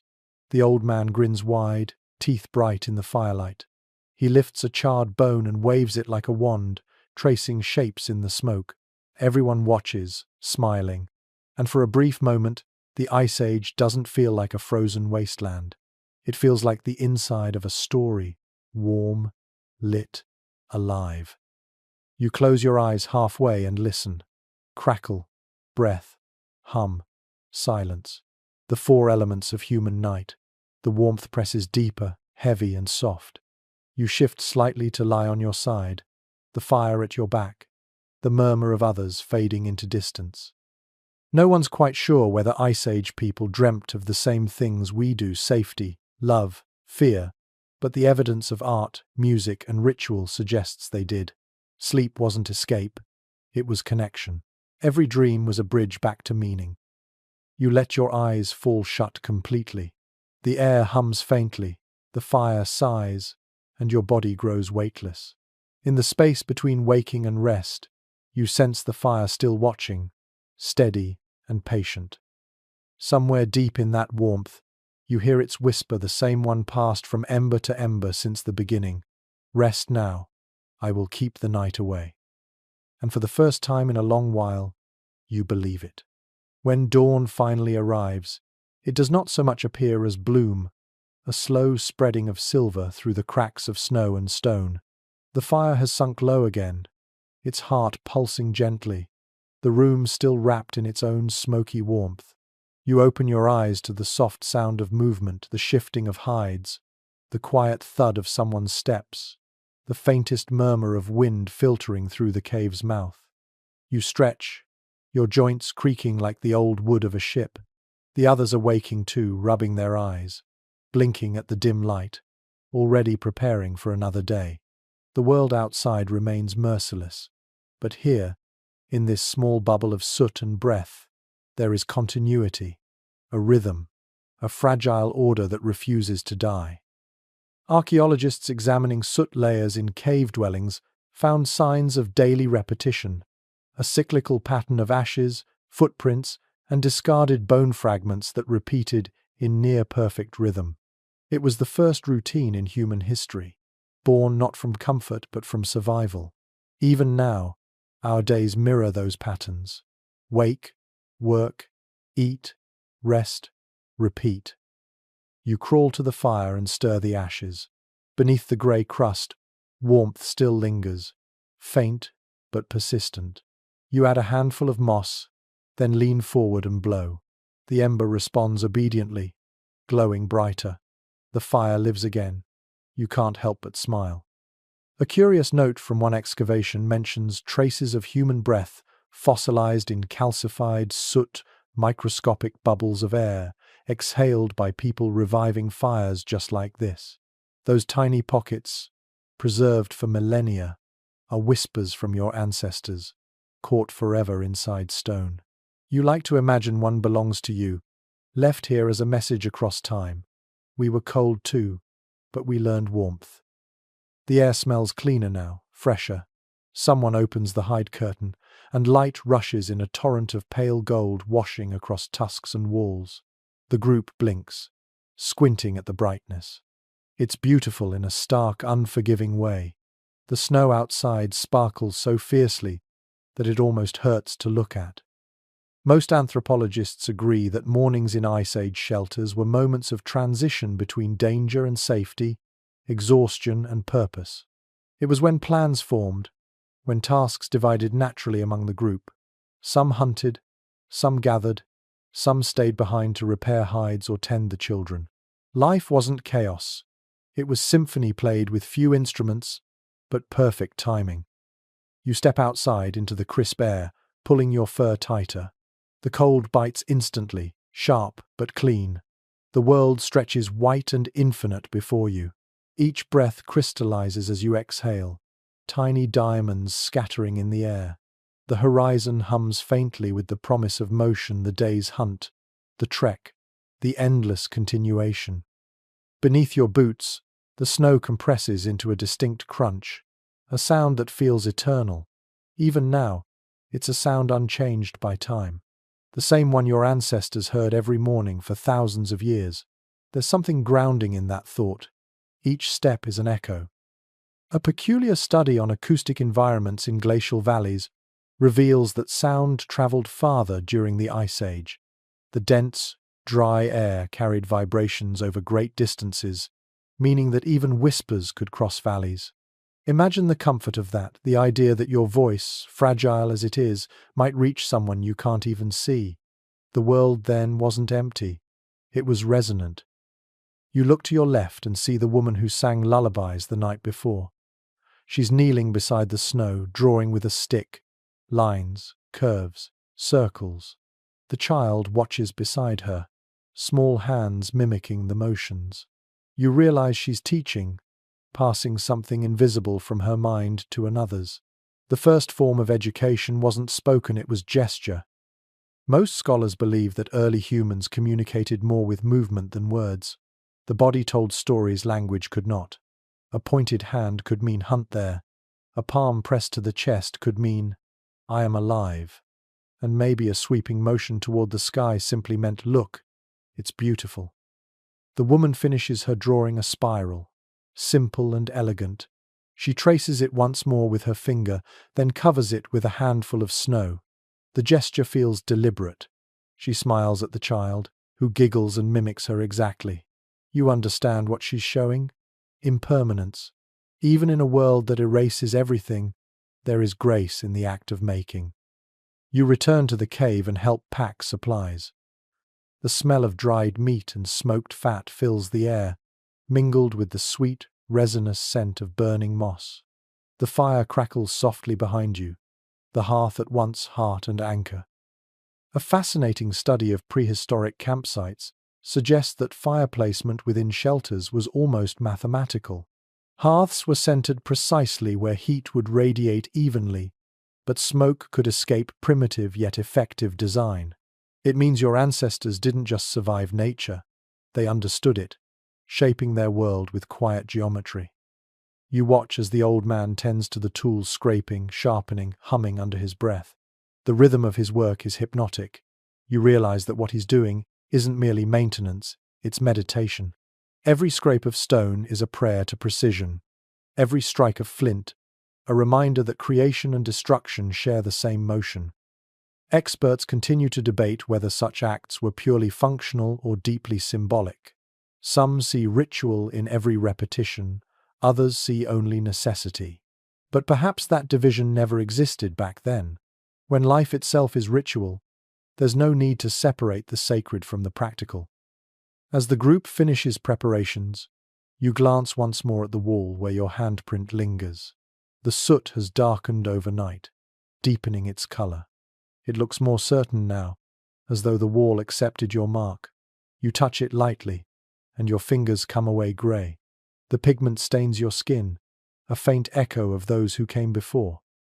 You step outside again, blinking at the glare. The air hums faintly with wind, carrying a promise of more snow. You can already see clouds forming on the horizon, heavy and dark. The others notice too. They exchange glances, wordless agreement passing between them. Move soon, before the next storm catches up.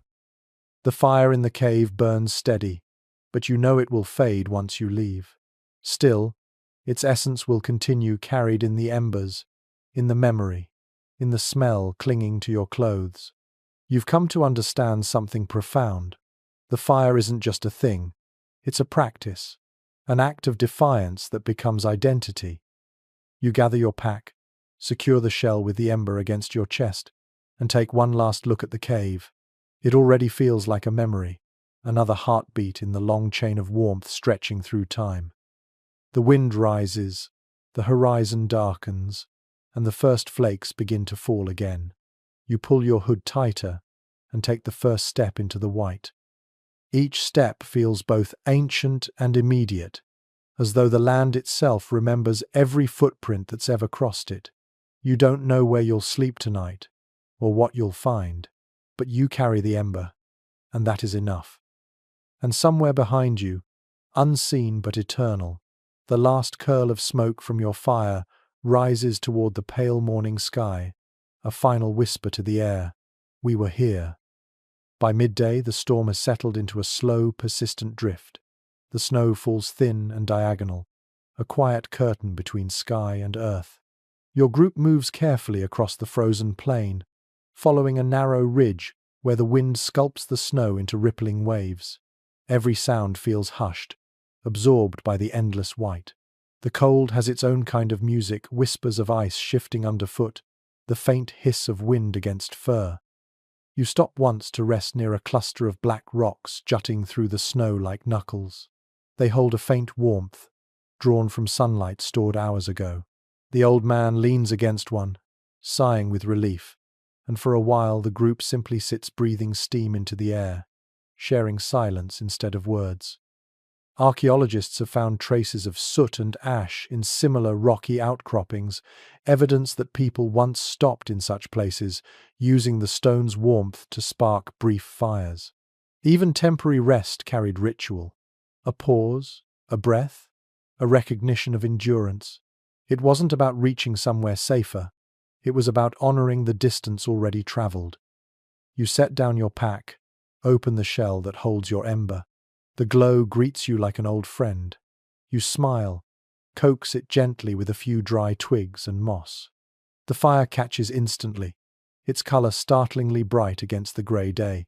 Everyone gathers near it instinctively, hands outstretched, shoulders hunched together. Most anthropologists agree that fire's communal gravity shaped humanity as much as its heat.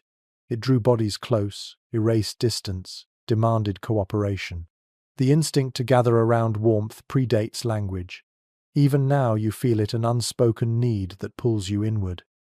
The old man sits across from you, eyes closed, palms extended toward the flame. He begins to hum a slow, throaty sound that vibrates softly through the air. It's the same tone you've heard before, somewhere between a sigh and a melody. One by one, others join in. The sound deepens, layers forming naturally, until the fire itself seems to hum back. Curiously enough, acousticians studying ancient shelters discovered that caves often amplified low-frequency sound, creating resonance that could make even a whisper feel sacred. It's possible that your ancestors discovered this accidentally, how voice and fire, when combined, could shape emotion. Maybe that's why the sound comforts you now. It's not just song, it's architecture. The humming fades into silence, replaced by the fire's soft popping. Snow continues to fall, thick and hypnotic. You watch the flakes drift into the flames and vanish with faint hisses. The fragility of it feels like poetry, each flake, a tiny, perfect thing that exists only to disappear into warmth. You reach into your pouch and pull out a small piece of carved bone. It's an awl, thin and sharp, used for stitching hides.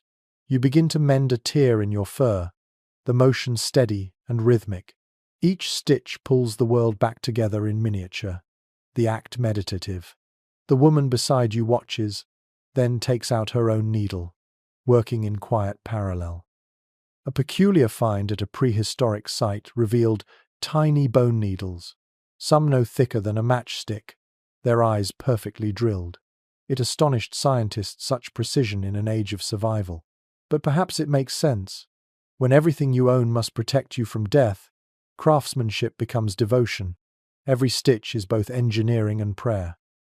You look up from your sewing, watching as the firelight dances on the rock faces around you. The flames paint moving patterns across the snow, making it look alive. Waves, beasts, faces. The child laughs and points, naming shapes no one else can see.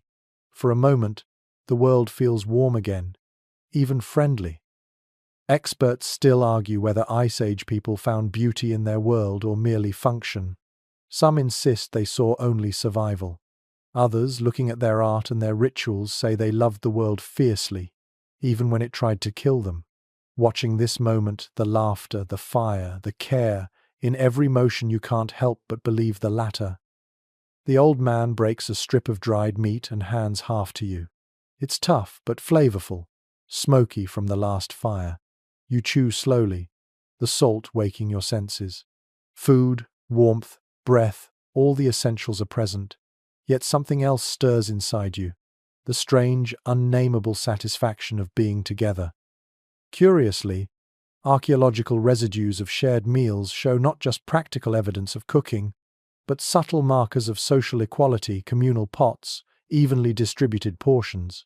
The Ice Age was brutal, but within each fire circle, fairness often prevailed. The cold demanded cooperation, and in that necessity, the seeds of compassion grew. After eating, the group falls into drowsy silence.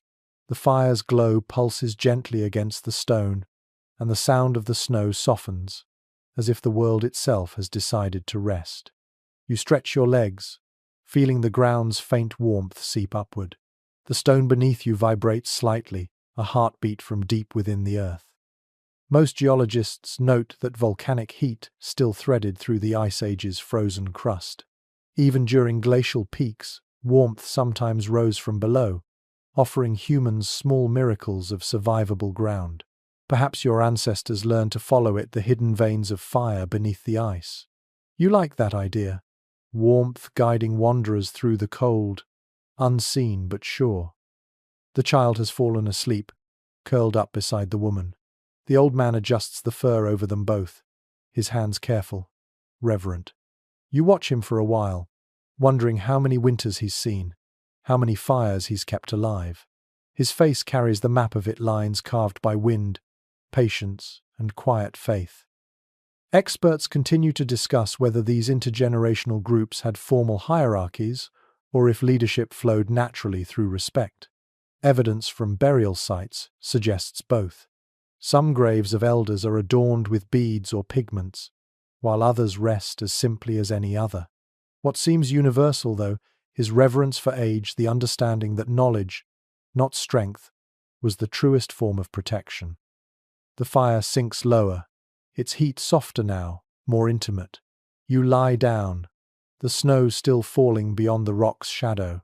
The air inside the small circle feels thick with quiet, thick with meaning. You listen to the faint drip of melting frost, the gentle sighs of the sleeping.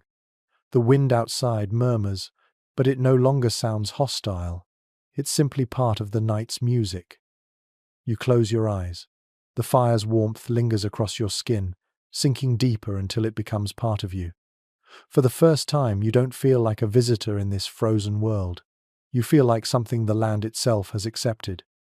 Before sleep takes you, you think of the ember you'll carry again tomorrow, the small, glowing heart that ties every night together. You realize it's more than fire now. It's memory. It's faith without words. It's proof that warmth is not just a physical thing, but a philosophy. To keep glowing, no matter how cold it gets. The snow whispers softly against the rock. The last flame curls inward, folding into ember. You drift into rest, wrapped in fur and silence, while the world outside renews its endless, shimmering stillness. And as you sink into dreams, the only sound that remains is the quiet pulse of the fire within you, refusing to go out. You wake to the strange stillness that follows deep snow, a silence so absolute that it feels sacred. Outside, the storm has buried the land in smooth white curves. The ridges softened, the horizon erased. Even sound itself seems slower, as though the air has thickened.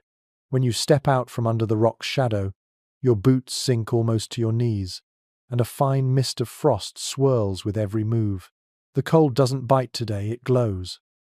The rest of the group stirs gradually, brushing snow from their furs, shaking sleep from their limbs. The old man stamps a small circle around the fire to clear the space. You kneel beside him and uncover the embers you buried under ash the night before. They're still alive, dim, steady, waiting. You feed them moss, whispering a breath over the glowing dust. The light blooms, small but eager, rising through the smoke like a sunrise compressed into a single heartbeat. Archaeologists studying prehistoric hearths found that this act, resurrecting embers, was often ceremonial. Traces of pigment, bone beads, and crushed flowers were discovered near ancient fire pits, hinting that the daily ritual of rekindling light was accompanied by small offerings. Fire was never simply started, it was invited. You add a sliver of fat to the flame, and it rewards you instantly, flaring bright. The air fills with warmth, and that distinct smell of life preserved in smoke. The others gather close, as they always do.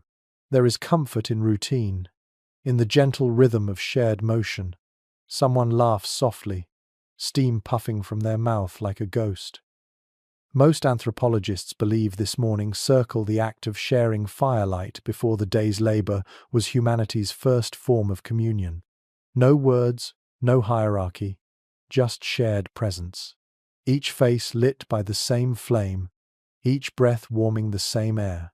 It was both practical and spiritual, a simple acknowledgement that we live again.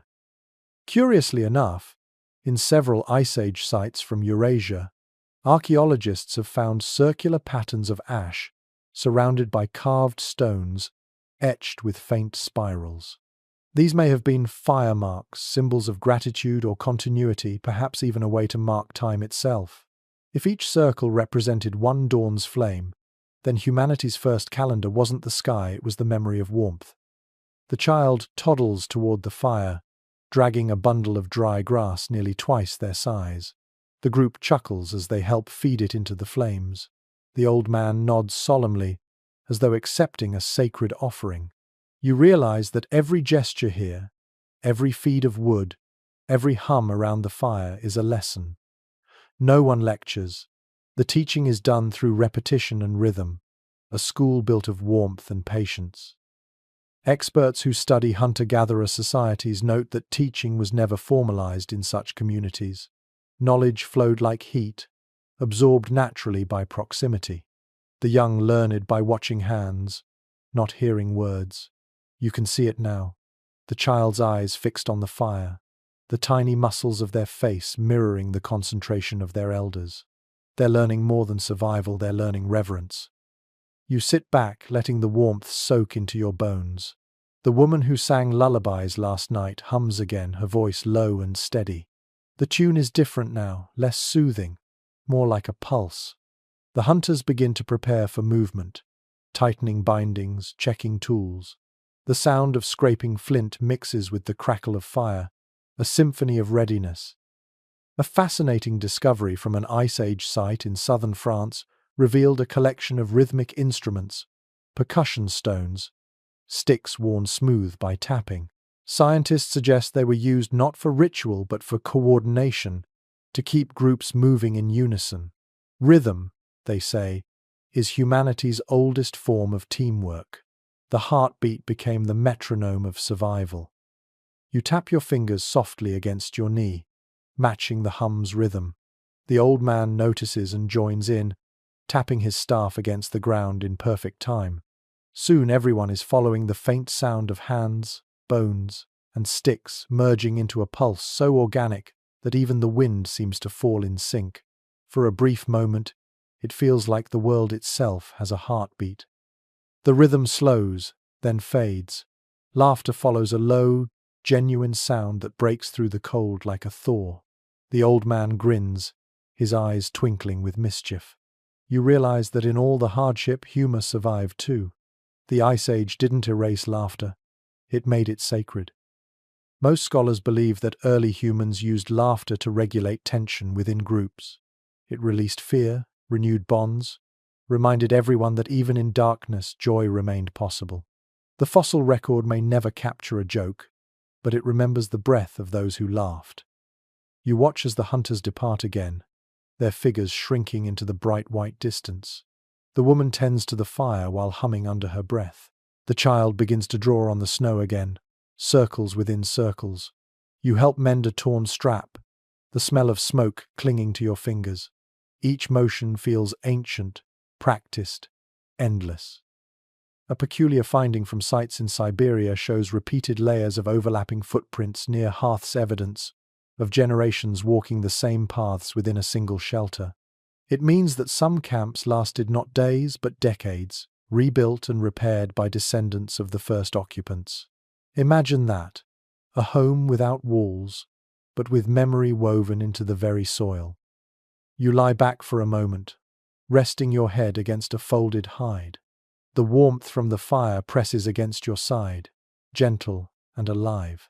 The air is filled with faint sounds, whispered conversation, wind across the ridge, the occasional crackle of ice breaking in the distance.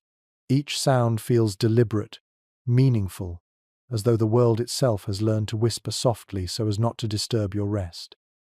Experts still argue whether Ice Age people truly experienced relaxation, or if vigilance never left them even in peace. But the rhythm of your heartbeat says otherwise. You feel calm, not empty, but full. The silence isn't danger now, it's reprieve. The old man speaks a single word you've heard before, the same one he uses when tending the fire. You don't know its meaning exactly, but you feel it in your chest. Maybe it means alive, maybe it means again, or maybe both. You repeat it under your breath as you close your eyes. The fire hums, the snow whispers, and for a fleeting, perfect moment, it feels as though the world is holding its breath, not out of fear, but contentment.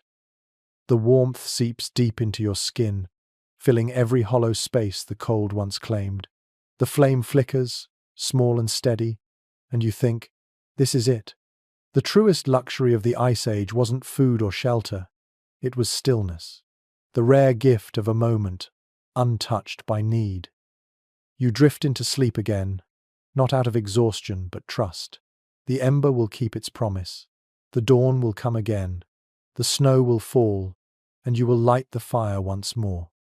And in that endless rhythmic cycle of cold and warmth, the first heartbeat of civilization continues to whisper beneath the ice. By the next evening, the horizon glows with a strange orange haze, the kind that comes when the sun sinks behind frozen mist. The air feels heavier tonight, tinged with the faint metallic scent of coming snow. You and the others have moved downhill into a valley, where the wind is calmer, and the ground hides patches of frozen grass under its surface crust. It isn't much, but after weeks of traveling through white silence, even the faint color of brown feels like luxury. The group gathers to build a larger fire than usual. The old man insists, tapping his staff into the snow in small circles before choosing a spot.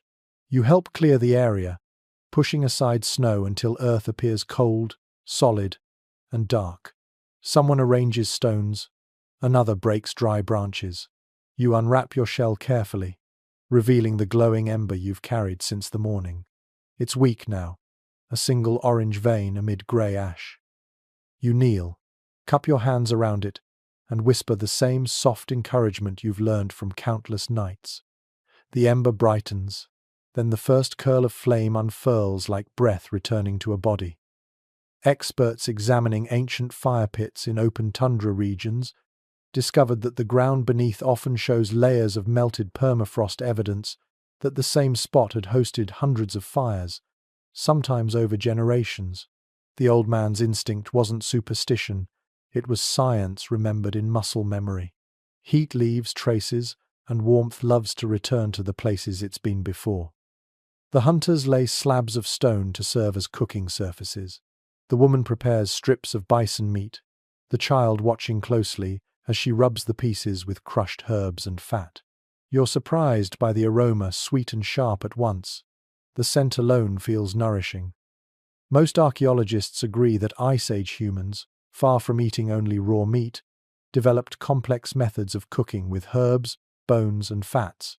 Evidence from residue analysis reveals traces of garlic, mustard, and wild onion, proof that even amid scarcity, people sought flavor. You smile at that. Even surrounded by ice, humans still reached for joy. As the flames rise, you notice something in the snow nearby. A series of deep prints leading toward the ridge. Wolf tracks. Large ones. The hunters see them too. They share a look but say nothing. One adjusts his spear. Another shifts closer to the fire. The old man murmurs something under his breath, low and rhythmic. You've learned this tone, it's neither prayer nor fear. It's communication with the night. Archaeological evidence of wolves near human camps tells a complicated story. Some experts believe early wolves were scavengers, hovering near firelight for scraps.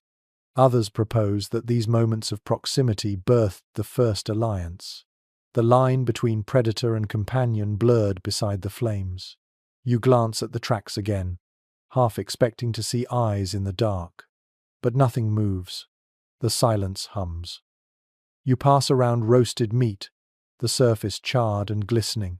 When you bite into it, the flavor is unlike anything you've tasted before, rich, smoky, alive. The warmth spreads through your chest, and for a moment you feel not just fed, but renewed. The others eat slowly, savoring each bite. The child hums softly, mimicking the crackle of the fire. Curiously enough, in many prehistoric sites, bones show signs of careful marrow extraction using heated stones, a sign that nothing went to waste. Every meal was both feast and conservation. Even the fire was part of it. Not just cooking tool, but participant, giver, receiver. You lean back, the firelight reflecting on the frost around you, making the snow look as if it's burning from within. The old man gazes into the flames, then lifts his hand. With a stick, he draws symbols in the soot near the edge of the fire pit loops. Lines, small dots. You've seen him do this before, always after a successful day. The marks are never the same, but their rhythm feels deliberate. Most historians of early cognition believe that this was the dawn of abstract thought, symbols not meant to depict, but to record. These soot drawings were early calendars, story fragments, tallies of hunts or days. The first written language wasn't carved in stone, it was drawn in ash. The child watches the marks, wide-eyed. The woman adds one of her own, a curved line that intersects the old man's dots. He nods approvingly. The hunters grin. You pick up a stick and draw a small flame beside theirs, your own contribution. When you're done, the pattern looks like a constellation reflected on Earth. Everyone falls quiet, staring at it. No one knows for sure what such symbols meant, but researchers suggest they were an act of memory, a way to make impermanence feel less final. You can sense that too. As the wind moves across the valley, you realize these lines will vanish by morning. And yet, somehow, that feels right. Warmth is meant to fade. What matters is the act of lighting it again. The wolves return, or maybe they were never gone. You see their shapes now, faint outlines beyond the firelight. 4, maybe 5. Their breath steams in the air, white against black. The hunters sit still, watching. No one moves. The wolves watch too, neither retreating nor advancing. Between you stretches a ribbon of orange glow, flickering on snow like a barrier of stars. Experts continue to debate whether the first wolf-human encounters ended in fear or curiosity. Some fossils show wolves buried beside humans, suggesting kinship. Others show teeth marks on bones, a harsher story. Perhaps the truth has always lived somewhere between. You stare at them quietly. Their eyes catch the firelight, golden, steady. They don't growl. They don't flee. One tilts its head, as if considering you. The child shifts closer to the woman. She rests a hand protectively over their back. But even she doesn't look afraid. The wolves linger a little longer, then turn, melting into the snow as silently as they came. The old man exhales, long and calm. The hunters laugh softly, nervous but relieved. The tension dissolves into warmth again.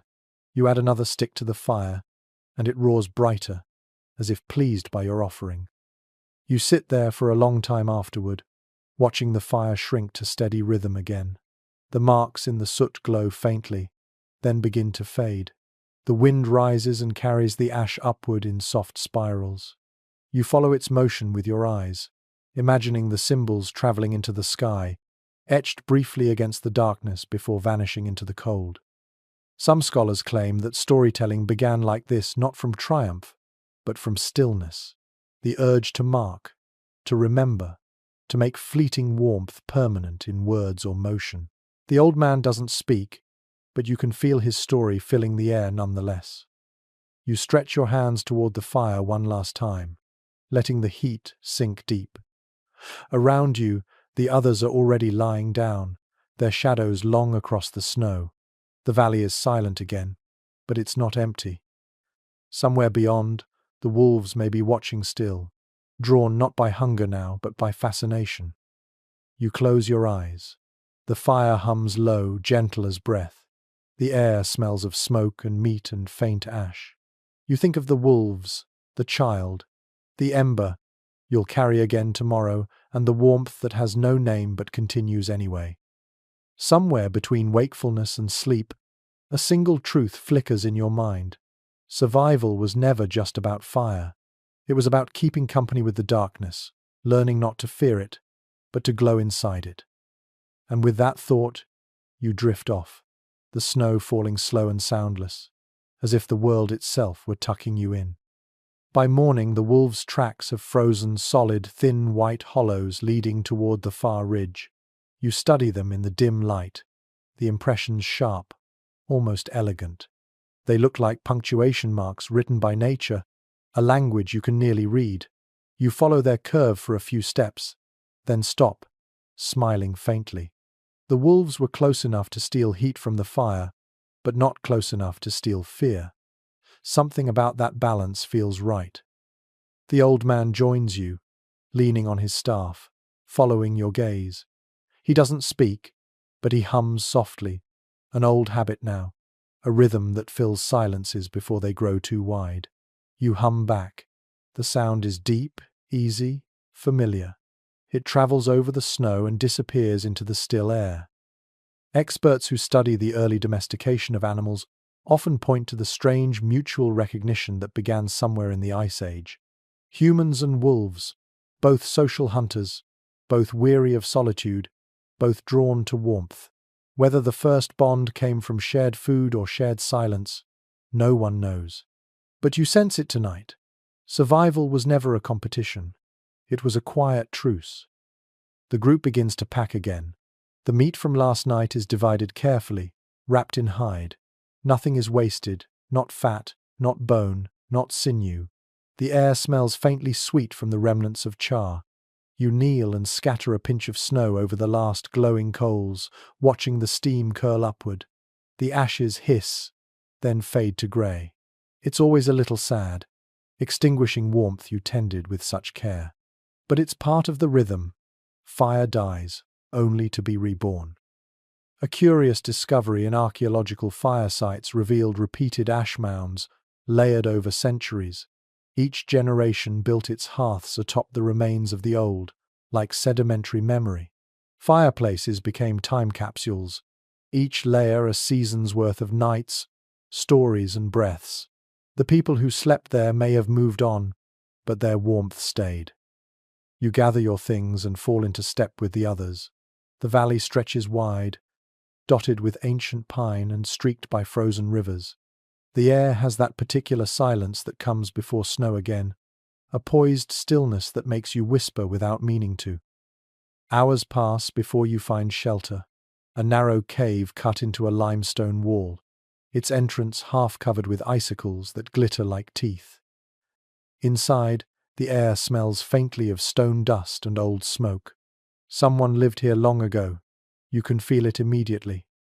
On the walls are faint smudges of ochre and charcoal handprints, spirals, and the faded outline of what might once have been a deer. Most archaeologists agree that returning to old shelters was common among Ice Age nomads. These caves were more than safe spaces. They were memory vaults.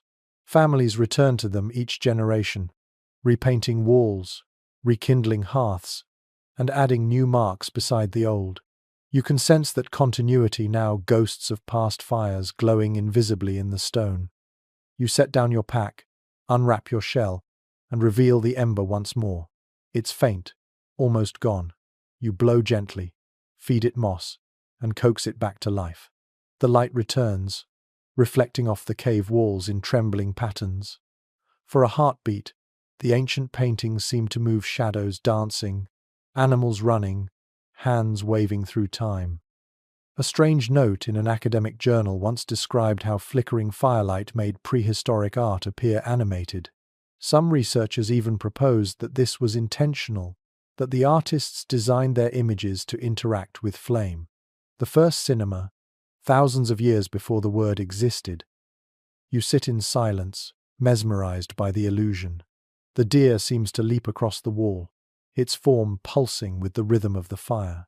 The old man chuckles softly, watching it too. The woman hums, rocking the child in her lap. The sound merges with the crackle of burning pine. For a brief, fragile moment, the line between art, life, and dream dissolves. You reach out toward the light and let it fall across your fingers. The heat stings gently, just enough to remind you that it's real. You draw your hand back and study your palm, the faint glow mirrored there. A temporary flame in skin. That's what humanity has always done, you think. Borrowed light from something larger, carried it in fragile form, and called it meaning. Most anthropologists believe that the earliest spiritual awareness came not from gods or thunder, but from this sensation, the mingling of warmth and light against flesh. Fire became the first metaphor, the first teacher. Its lesson was simple. What glows can vanish, and what vanishes can be born again. The old man breaks the spell by tossing a handful of herbs into the flames. The smell changes instantly sharp, resinous, almost sweet. The smoke curls in delicate spirals, brushing the low ceiling, then flowing toward the cave mouth like a sigh. Everyone watches quietly. You suspect they've done this before, maybe every time they find a new shelter, a cleansing of space. Curiously, chemical analysis of ancient ash piles has revealed traces of juniper and sage. These were not cooking fuels. They were aromatic offerings, likely used for purification or ceremony. You can almost imagine it. After long travel, after death or loss, the first act upon entering shelter was not rest but renewal. The woman sprinkles her own herbs, crushed leaves stored carefully in a pouch made of hide. The scent deepens, layering into the air until the entire cave smells alive. The child giggles, reaching toward the smoke, trying to catch it. The old man laughs too, tapping his staff gently in rhythm. You join them, the sound of wood against stone echoing softly in the chamber. No one knows exactly how Ice Age people defined joy, but you're sure this is it. Not absence of danger, but the presence of shared light. The night deepens. The fire burns steady now, its reflection painting the cave walls gold and red. The drawings seem to breathe in that glow. You lie back on your bedding, still watching the play of shadows. The hum continues, lower now, more like a lullaby. The rhythm of the group's breathing sinks to the crackle of flame. Experts still debate whether these communal sounds, the hums, the songs, the synchronized breaths, had religious meaning, or if they were simply comfort. But perhaps the question itself is modern. In the Ice Age, there was no separation between faith and feeling. To breathe in unison was prayer enough. The fire pops, sending a spray of sparks toward the ceiling. One lands near your hand, glowing briefly before fading into black dust. You smile at it, thinking how fleeting and beautiful warmth always is. You close your eyes, the scent of herbs still thick around you, the air humming softly with the rhythm of breath and flame. Outside, the wind howls faintly through the valley, but the cave holds steady, your small pocket of defiance carved against eternity. You drift toward sleep again, knowing the ember will survive another night. And deep within that drowsy warmth, one thought lingers, soft as smoke. Fire may have taught humans how to live, but it also taught them how to dream. When you wake again, the fire is still glowing. The air is warmer than before, filled with that rich, woody scent that lingers long after a night's burn. A thin ribbon of smoke curls toward the cave's mouth, threading through morning light that filters soft and pale through the icicles. For once, you don't shiver when you breathe. Your lungs fill easily. The cold is still there, yes, but softened, tamed. You sit up slowly, pulling the furs around your shoulders. The others are waking too. The old man stirs the ashes with a stick, his movements patient, deliberate. The woman hums a slow tune, the same lullaby she sang before sleep, though now it feels like a greeting to the dawn. The child plays with a small bone figurine, tracing its smooth edge across the dirt. The scene feels peaceful, ordinary even, and in the Ice Age, ordinary is sacred. Most archaeologists agree that moments like these, domestic, quiet, uneventful, were the backbone of survival. The Ice Age was not constant chaos, but long stretches of calm, punctuated by bursts of danger. In those pauses, humans learned to breathe, to build rhythm, to trust that stillness didn't mean weakness. You can feel it here, in the way no one rushes, in the way silence feels complete rather than empty. You reach for your pack, unwrap a small pouch of dried meat, and hand a piece to the child. Their eyes light up as they take it, chewing contentedly. The old man glances at you and smiles a small acknowledgement, but one heavy with meaning. Sharing food even now feels more intimate than words. A curious archaeological detail from northern Europe notes that Ice Age shelters often show tiny individual hearths near family clusters, small fires used for cooking or warmth within the larger communal camp. It suggests a balance between unity and individuality, togetherness without losing self. Humans, it seems, have always needed both. You lean forward and add a stick to the fire. It flares briefly, painting your face in gold. The warmth reaches your fingertips. For a moment, you feel the echo of every fire that came before, every dawn revived, every night survived. The thought feels vast and comforting all at once. The hunters begin to stir. Their voices are low but steady, exchanging short words that sound like stone striking stone. The old man listens, nods, then gestures toward the cave's mouth. You follow his gaze. The weather outside is changing again, the light sharper, the wind carrying a subtle shift in tone. There's movement in the air, faint but certain. The world is turning towards spring. Historians studying pollen layers from the late Ice Age suggest that such transitions weren't sudden but sensed. Tiny thaws, gentler winds, new smells carried on the air, all small clues that told humans the seasons were changing. Those early people read the land like a living map. They knew the difference between snow that would melt and snow that would stay.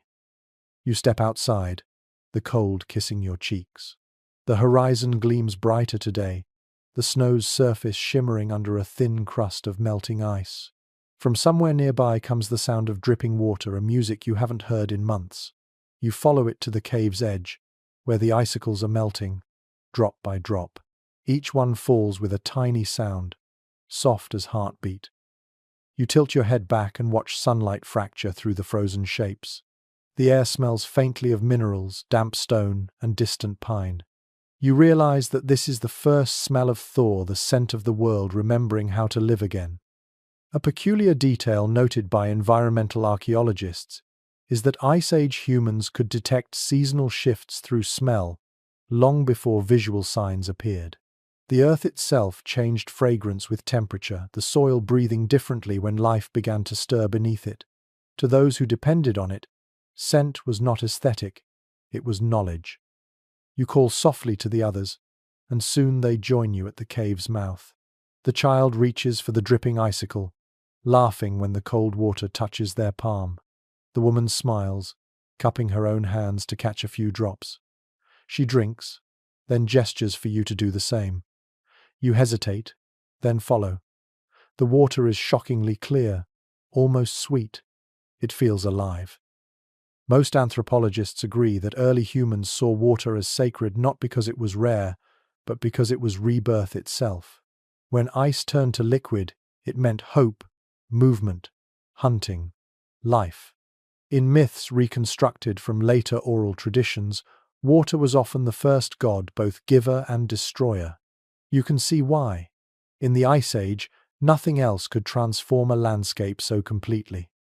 You turn back toward the fire, its smoke curling lazily into the mild air. For the first time, you notice birdsong faint, distant, but unmistakable. The sound seems impossible after so many silent months. Everyone freezes for a moment, listening. The child gasps. The old man closes his eyes, as if the melody is too beautiful to bear. A curious fragment found in an Ice Age burial site included a bird bone carved with tiny holes, one of the earliest flutes ever discovered. Scholars believe it was modeled on birdsong, a way for humans to imitate the return of life in sound. You imagine the first player standing just like this, listening to the thaw, trying to echo its rhythm. You find yourself humming softly, matching the distant chirp. The sound feels clumsy at first, then easier. The others join in, their voices weaving through yours until the air itself seems to vibrate with warmth. It isn't music exactly. It's communication between species, between eras. The sound of the living acknowledging the living. The hunters set off soon after, their spears gleaming in sunlight. The rest of you begin to prepare the camp. The old man gestures toward the cave's wall and starts redrawing the fire symbols in soot this time. Slower, more deliberate. He adds a small curved line above them, perhaps meaning the sun, perhaps meaning renewal. You add one beside it, a droplet shape, small and perfect. He nods approvingly. Historians of symbolic behavior sometimes argue that the earliest writing systems weren't born from numbers or trade, but from gratitude marks left behind to thank the elements themselves. The fire, the water, the sky, all memorialized in soot and gesture. You believe it. The marks on the wall feel less like communication and more like communion. The day fades gently into gold. The fire burns bright, but you can feel that the cold's power has shifted. The land is loosening its grip. The snow's surface softens underfoot. The air no longer smells like fear. You lie down beside the fire, the furs warm against your skin. The old man hums once more, low and steady. The sound mingles with the dripping water and the faint trill of birds. You close your eyes, the melody carrying you towards sleep. Experts still debate when exactly the Ice Age began to end. What triggered the long thaw?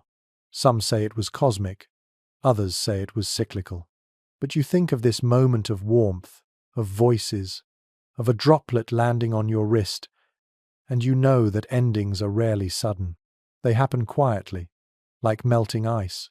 One drop, then another, until the whole world changes without realizing it.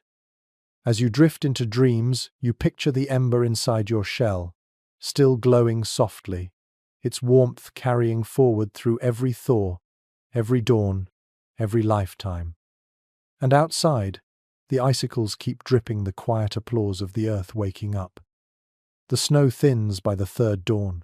Patches of earth dark, glistening, full of scent emerge between the pale crusts. It feels unreal to see color again after months of white. The sky itself has softened. The sun hangs higher, less an enemy, more a companion. You stand at the cave's mouth and stretch, your spine cracking, your breath forming a smaller cloud than it used to. The air no longer bites, it brushes. Behind you, the old man stirs the fire one last time. The smoke drifts gently through the clearing, pale grey against the sky. The group begins to gather their things. The furs rolled, the meat divided, the shell wrapped carefully in moss. The ember is faint but alive, pulsing with that ancient patience. You check it twice, then nod. It has survived again. Most archaeologists agree that this shift in climate, warmer days, longer seasons, marked a turning point in human life. Populations spread north, plants returned, and the Ice Age began to loosen its 1,000-year grip. But no one experienced that end in a single moment. For those living it, it must have felt like this: gradual, hopeful, fragile, a quiet unfolding of color. You step outside, your boots sinking not into snow this time, but damp soil. The smell hits you instantly: mud, grass, thawing moss. It's thick, rich, intoxicating. You crouch down, run your fingers through it. The texture shocks you: soft, warm, alive. A curious finding in ancient soil layers shows that Ice Age humans responded to the first thaws by collecting new plants, seeds, roots, herbs, and storing them alongside meat. It was the dawn of agriculture's idea: curiosity about what grows. You can feel that same instinct now, kneeling with dirt under your nails, wondering if this could become something more than just ground. The others come outside too. The woman holds the child up toward the light. The little one squints, then laughs, a sound so pure it seems to echo off the melting ice. You realize that this might be their first memory of sunlight that doesn't sting. The old man raises his hand toward the sky, palm out as if greeting an old friend. Historians sometimes call this moment the first consistent thaw, the awakening of reverence for the Sunday. Before temples, before myth, before gods with names, there was this simple act: human eyes squinting upward in gratitude. The warmth that no longer punished became a promise. You gather wood for a new fire, though it's hardly needed now. The air itself feels warm enough to breathe without pain. Still, habit and devotion compel you to build. The fire is not only heat anymore, it's identity. You arrange the sticks carefully, place the ember at the center, and breathe. The flame rises easily this time, as though eager to see the new season. A peculiar discovery in southern France revealed an ancient hearth ringed with flower pollen, possibly laid there after the snowmelt. Scientists believe these were among the first symbolic decorations, a celebration of spring. The flowers, pressed flat by time, are still visible in the soil. You imagine this very scene repeated across continents. Humanity, kneeling in gratitude to color. The hunters return early, carrying not meat but handfuls of roots and shoots. They smell faintly of sap. One holds up a green sprig like a trophy. Everyone laughs. Even the old man, whose smile is usually a small secret, grins wide. He crushes the sprig between his fingers, inhaling deeply. The scent, sharp, bitter, beautiful, fills the air. Experts still debate whether Ice Age humans celebrated seasonal change or simply endured it.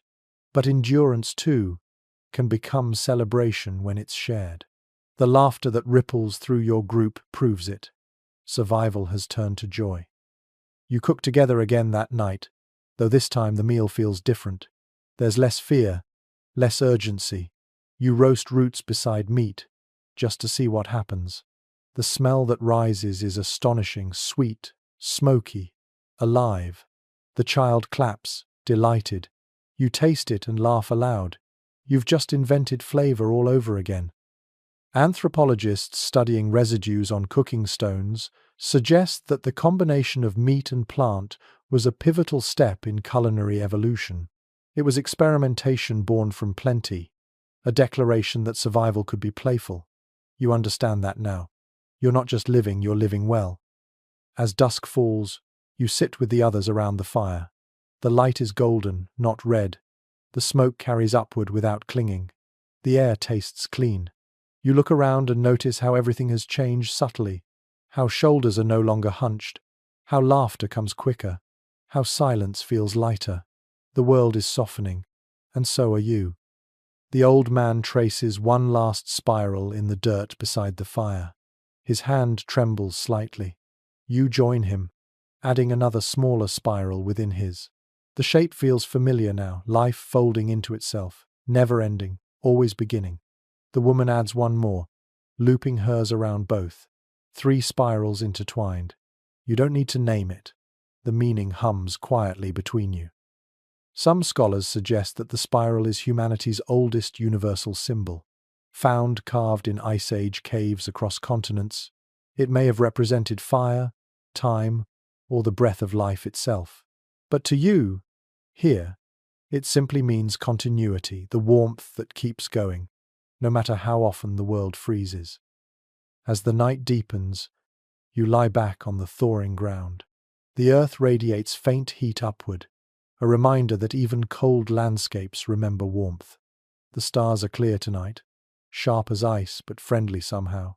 You can almost feel them watching. The fire crackles nearby, steady, confident. The child sleeps beside the woman, their faces illuminated softly. The old man hums again, voice thin but strong, threading through the air like a line of smoke. The melody has no beginning or end, it just exists, circular and calm. No one's quite sure when music became art instead of necessity, but in this moment, it doesn't matter. The song is simply what the night needs to breathe. You let your eyelids drift shut, the warmth from the earth blending with the warmth from the flame. The smell of thaw and smoke fills your lungs. The fire's rhythm slows, syncing with your heart until the two beats become one. Historians still discuss whether the end of the Ice Age was catastrophe or rebirth. Maybe it was both. Every ending carries a little of each. You think of the frozen world that raised you the storms, the wolves, the endless nights, and realize it never truly left. It simply melted into memory. The world is still changing, still thawing, and you, curled beside the last great fire of winter, are changing with it. Tomorrow, when you wake, the snow might be gone entirely, the ground might smell of flowers, the ember you carry will still glow, and in that glow will live everything the cold ever tried to erase. The next morning, the world is almost unrecognizable. The snow that once buried everything has retreated into patches, thin, glistening ribbons clinging to shadows. Between them, the land exhales. Wet soil, grass blades sharp as emerald needles, tiny flowers trembling in the cold breeze. You step outside the cave, and for the first time in months your breath doesn't fog. The air smells of thaw, of sap, of beginnings. Behind you, the fire has burned to soft grey ash. You kneel, stir it once with a stick, and uncover the ember at its core. It glows faintly, as if reluctant to leave its bed. You smile, cupping your hands around it, feeling its pulse against your palms. This ember, small, unassuming, has crossed storms and darkness and endless white with you. It has been your constant companion, your memory, your teacher. Archaeologists studying charred remains in ancient hearths sometimes find embers preserved under layers of ash still intact after thousands of years. It's as if the earth itself decided to cradle the last spark of a night long vanished. In a way, that's what you've done too, carried memory through frost until warmth became history. The others are stirring. The old man steps out into the sunlight, blinking, then laughing quietly to himself. The woman follows, the child clutching her leg, eyes wide with wonder. The hunters emerge last, carrying their spears like relics of an age already fading. Together, you stand on the threshold between two worlds, one frozen, one alive.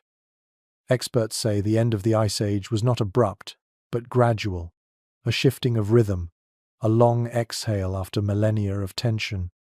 The people who lived through it didn't witness apocalypse or miracle. They simply felt the world change its mind. You feel it too, in the way the wind no longer stings but brushes, in the way the ground gives slightly beneath your feet. The cold isn't gone, it's just quieter, more forgiving. You sense that something vast has turned a page, and that your story continues on the next one. The old man gestures for you to kneel beside the dying fire. You obey, holding out the ember in your shell. He places his hand above yours, the weight of it trembling but sure. Then, with deliberate care, he scoops a handful of soil and drops it onto the ember, not to kill it, but to let it rest. The smoke curls upward, pale and soft. The smell of ash mixes with the smell of new grass. Most anthropologists agree that burial was one of humanity's earliest forms of gratitude. The same gesture that honored the dead also honored what had sustained life. When you bury a fire, You're not extinguishing it, you're giving it back to the world that lent it to you. You stay kneeling long after the smoke fades. Around you, the group begins to move. The hunters shoulder their packs. The woman ties the child onto her back, and the old man leans on his staff, looking toward the open plain. His expression is quiet, pride, the look of someone who has seen winter yield to spring more than once and never stopped marveling at it. You rise and follow him. The ground squelches softly underfoot, alive with meltwater. Streams ribbon between rocks, their surfaces glittering with sunlight. You stop to cup your hands and drink. The water is cold but sweet, tasting faintly of iron and moss. You think of all the nights you would have traded anything for this single, easy sip. A peculiar find in a now green valley once sealed by ice revealed footprints, hundreds of them pressed deep into mud and fossilized by time. Men, women, children, animals all walking together toward warmth. The prints are still visible, a frozen moment of motion captured forever. You imagine your own feet leaving similar marks, soon to fade, then to endure. You walk until the cave behind you is only a shadow in the distance. The sun climbs higher. Birds follow you overhead, tracing slow arcs through the sky. The air is full of sound now, trickling water, buzzing insects, laughter from the child. It's overwhelming, this new noise of life. But it's beautiful too.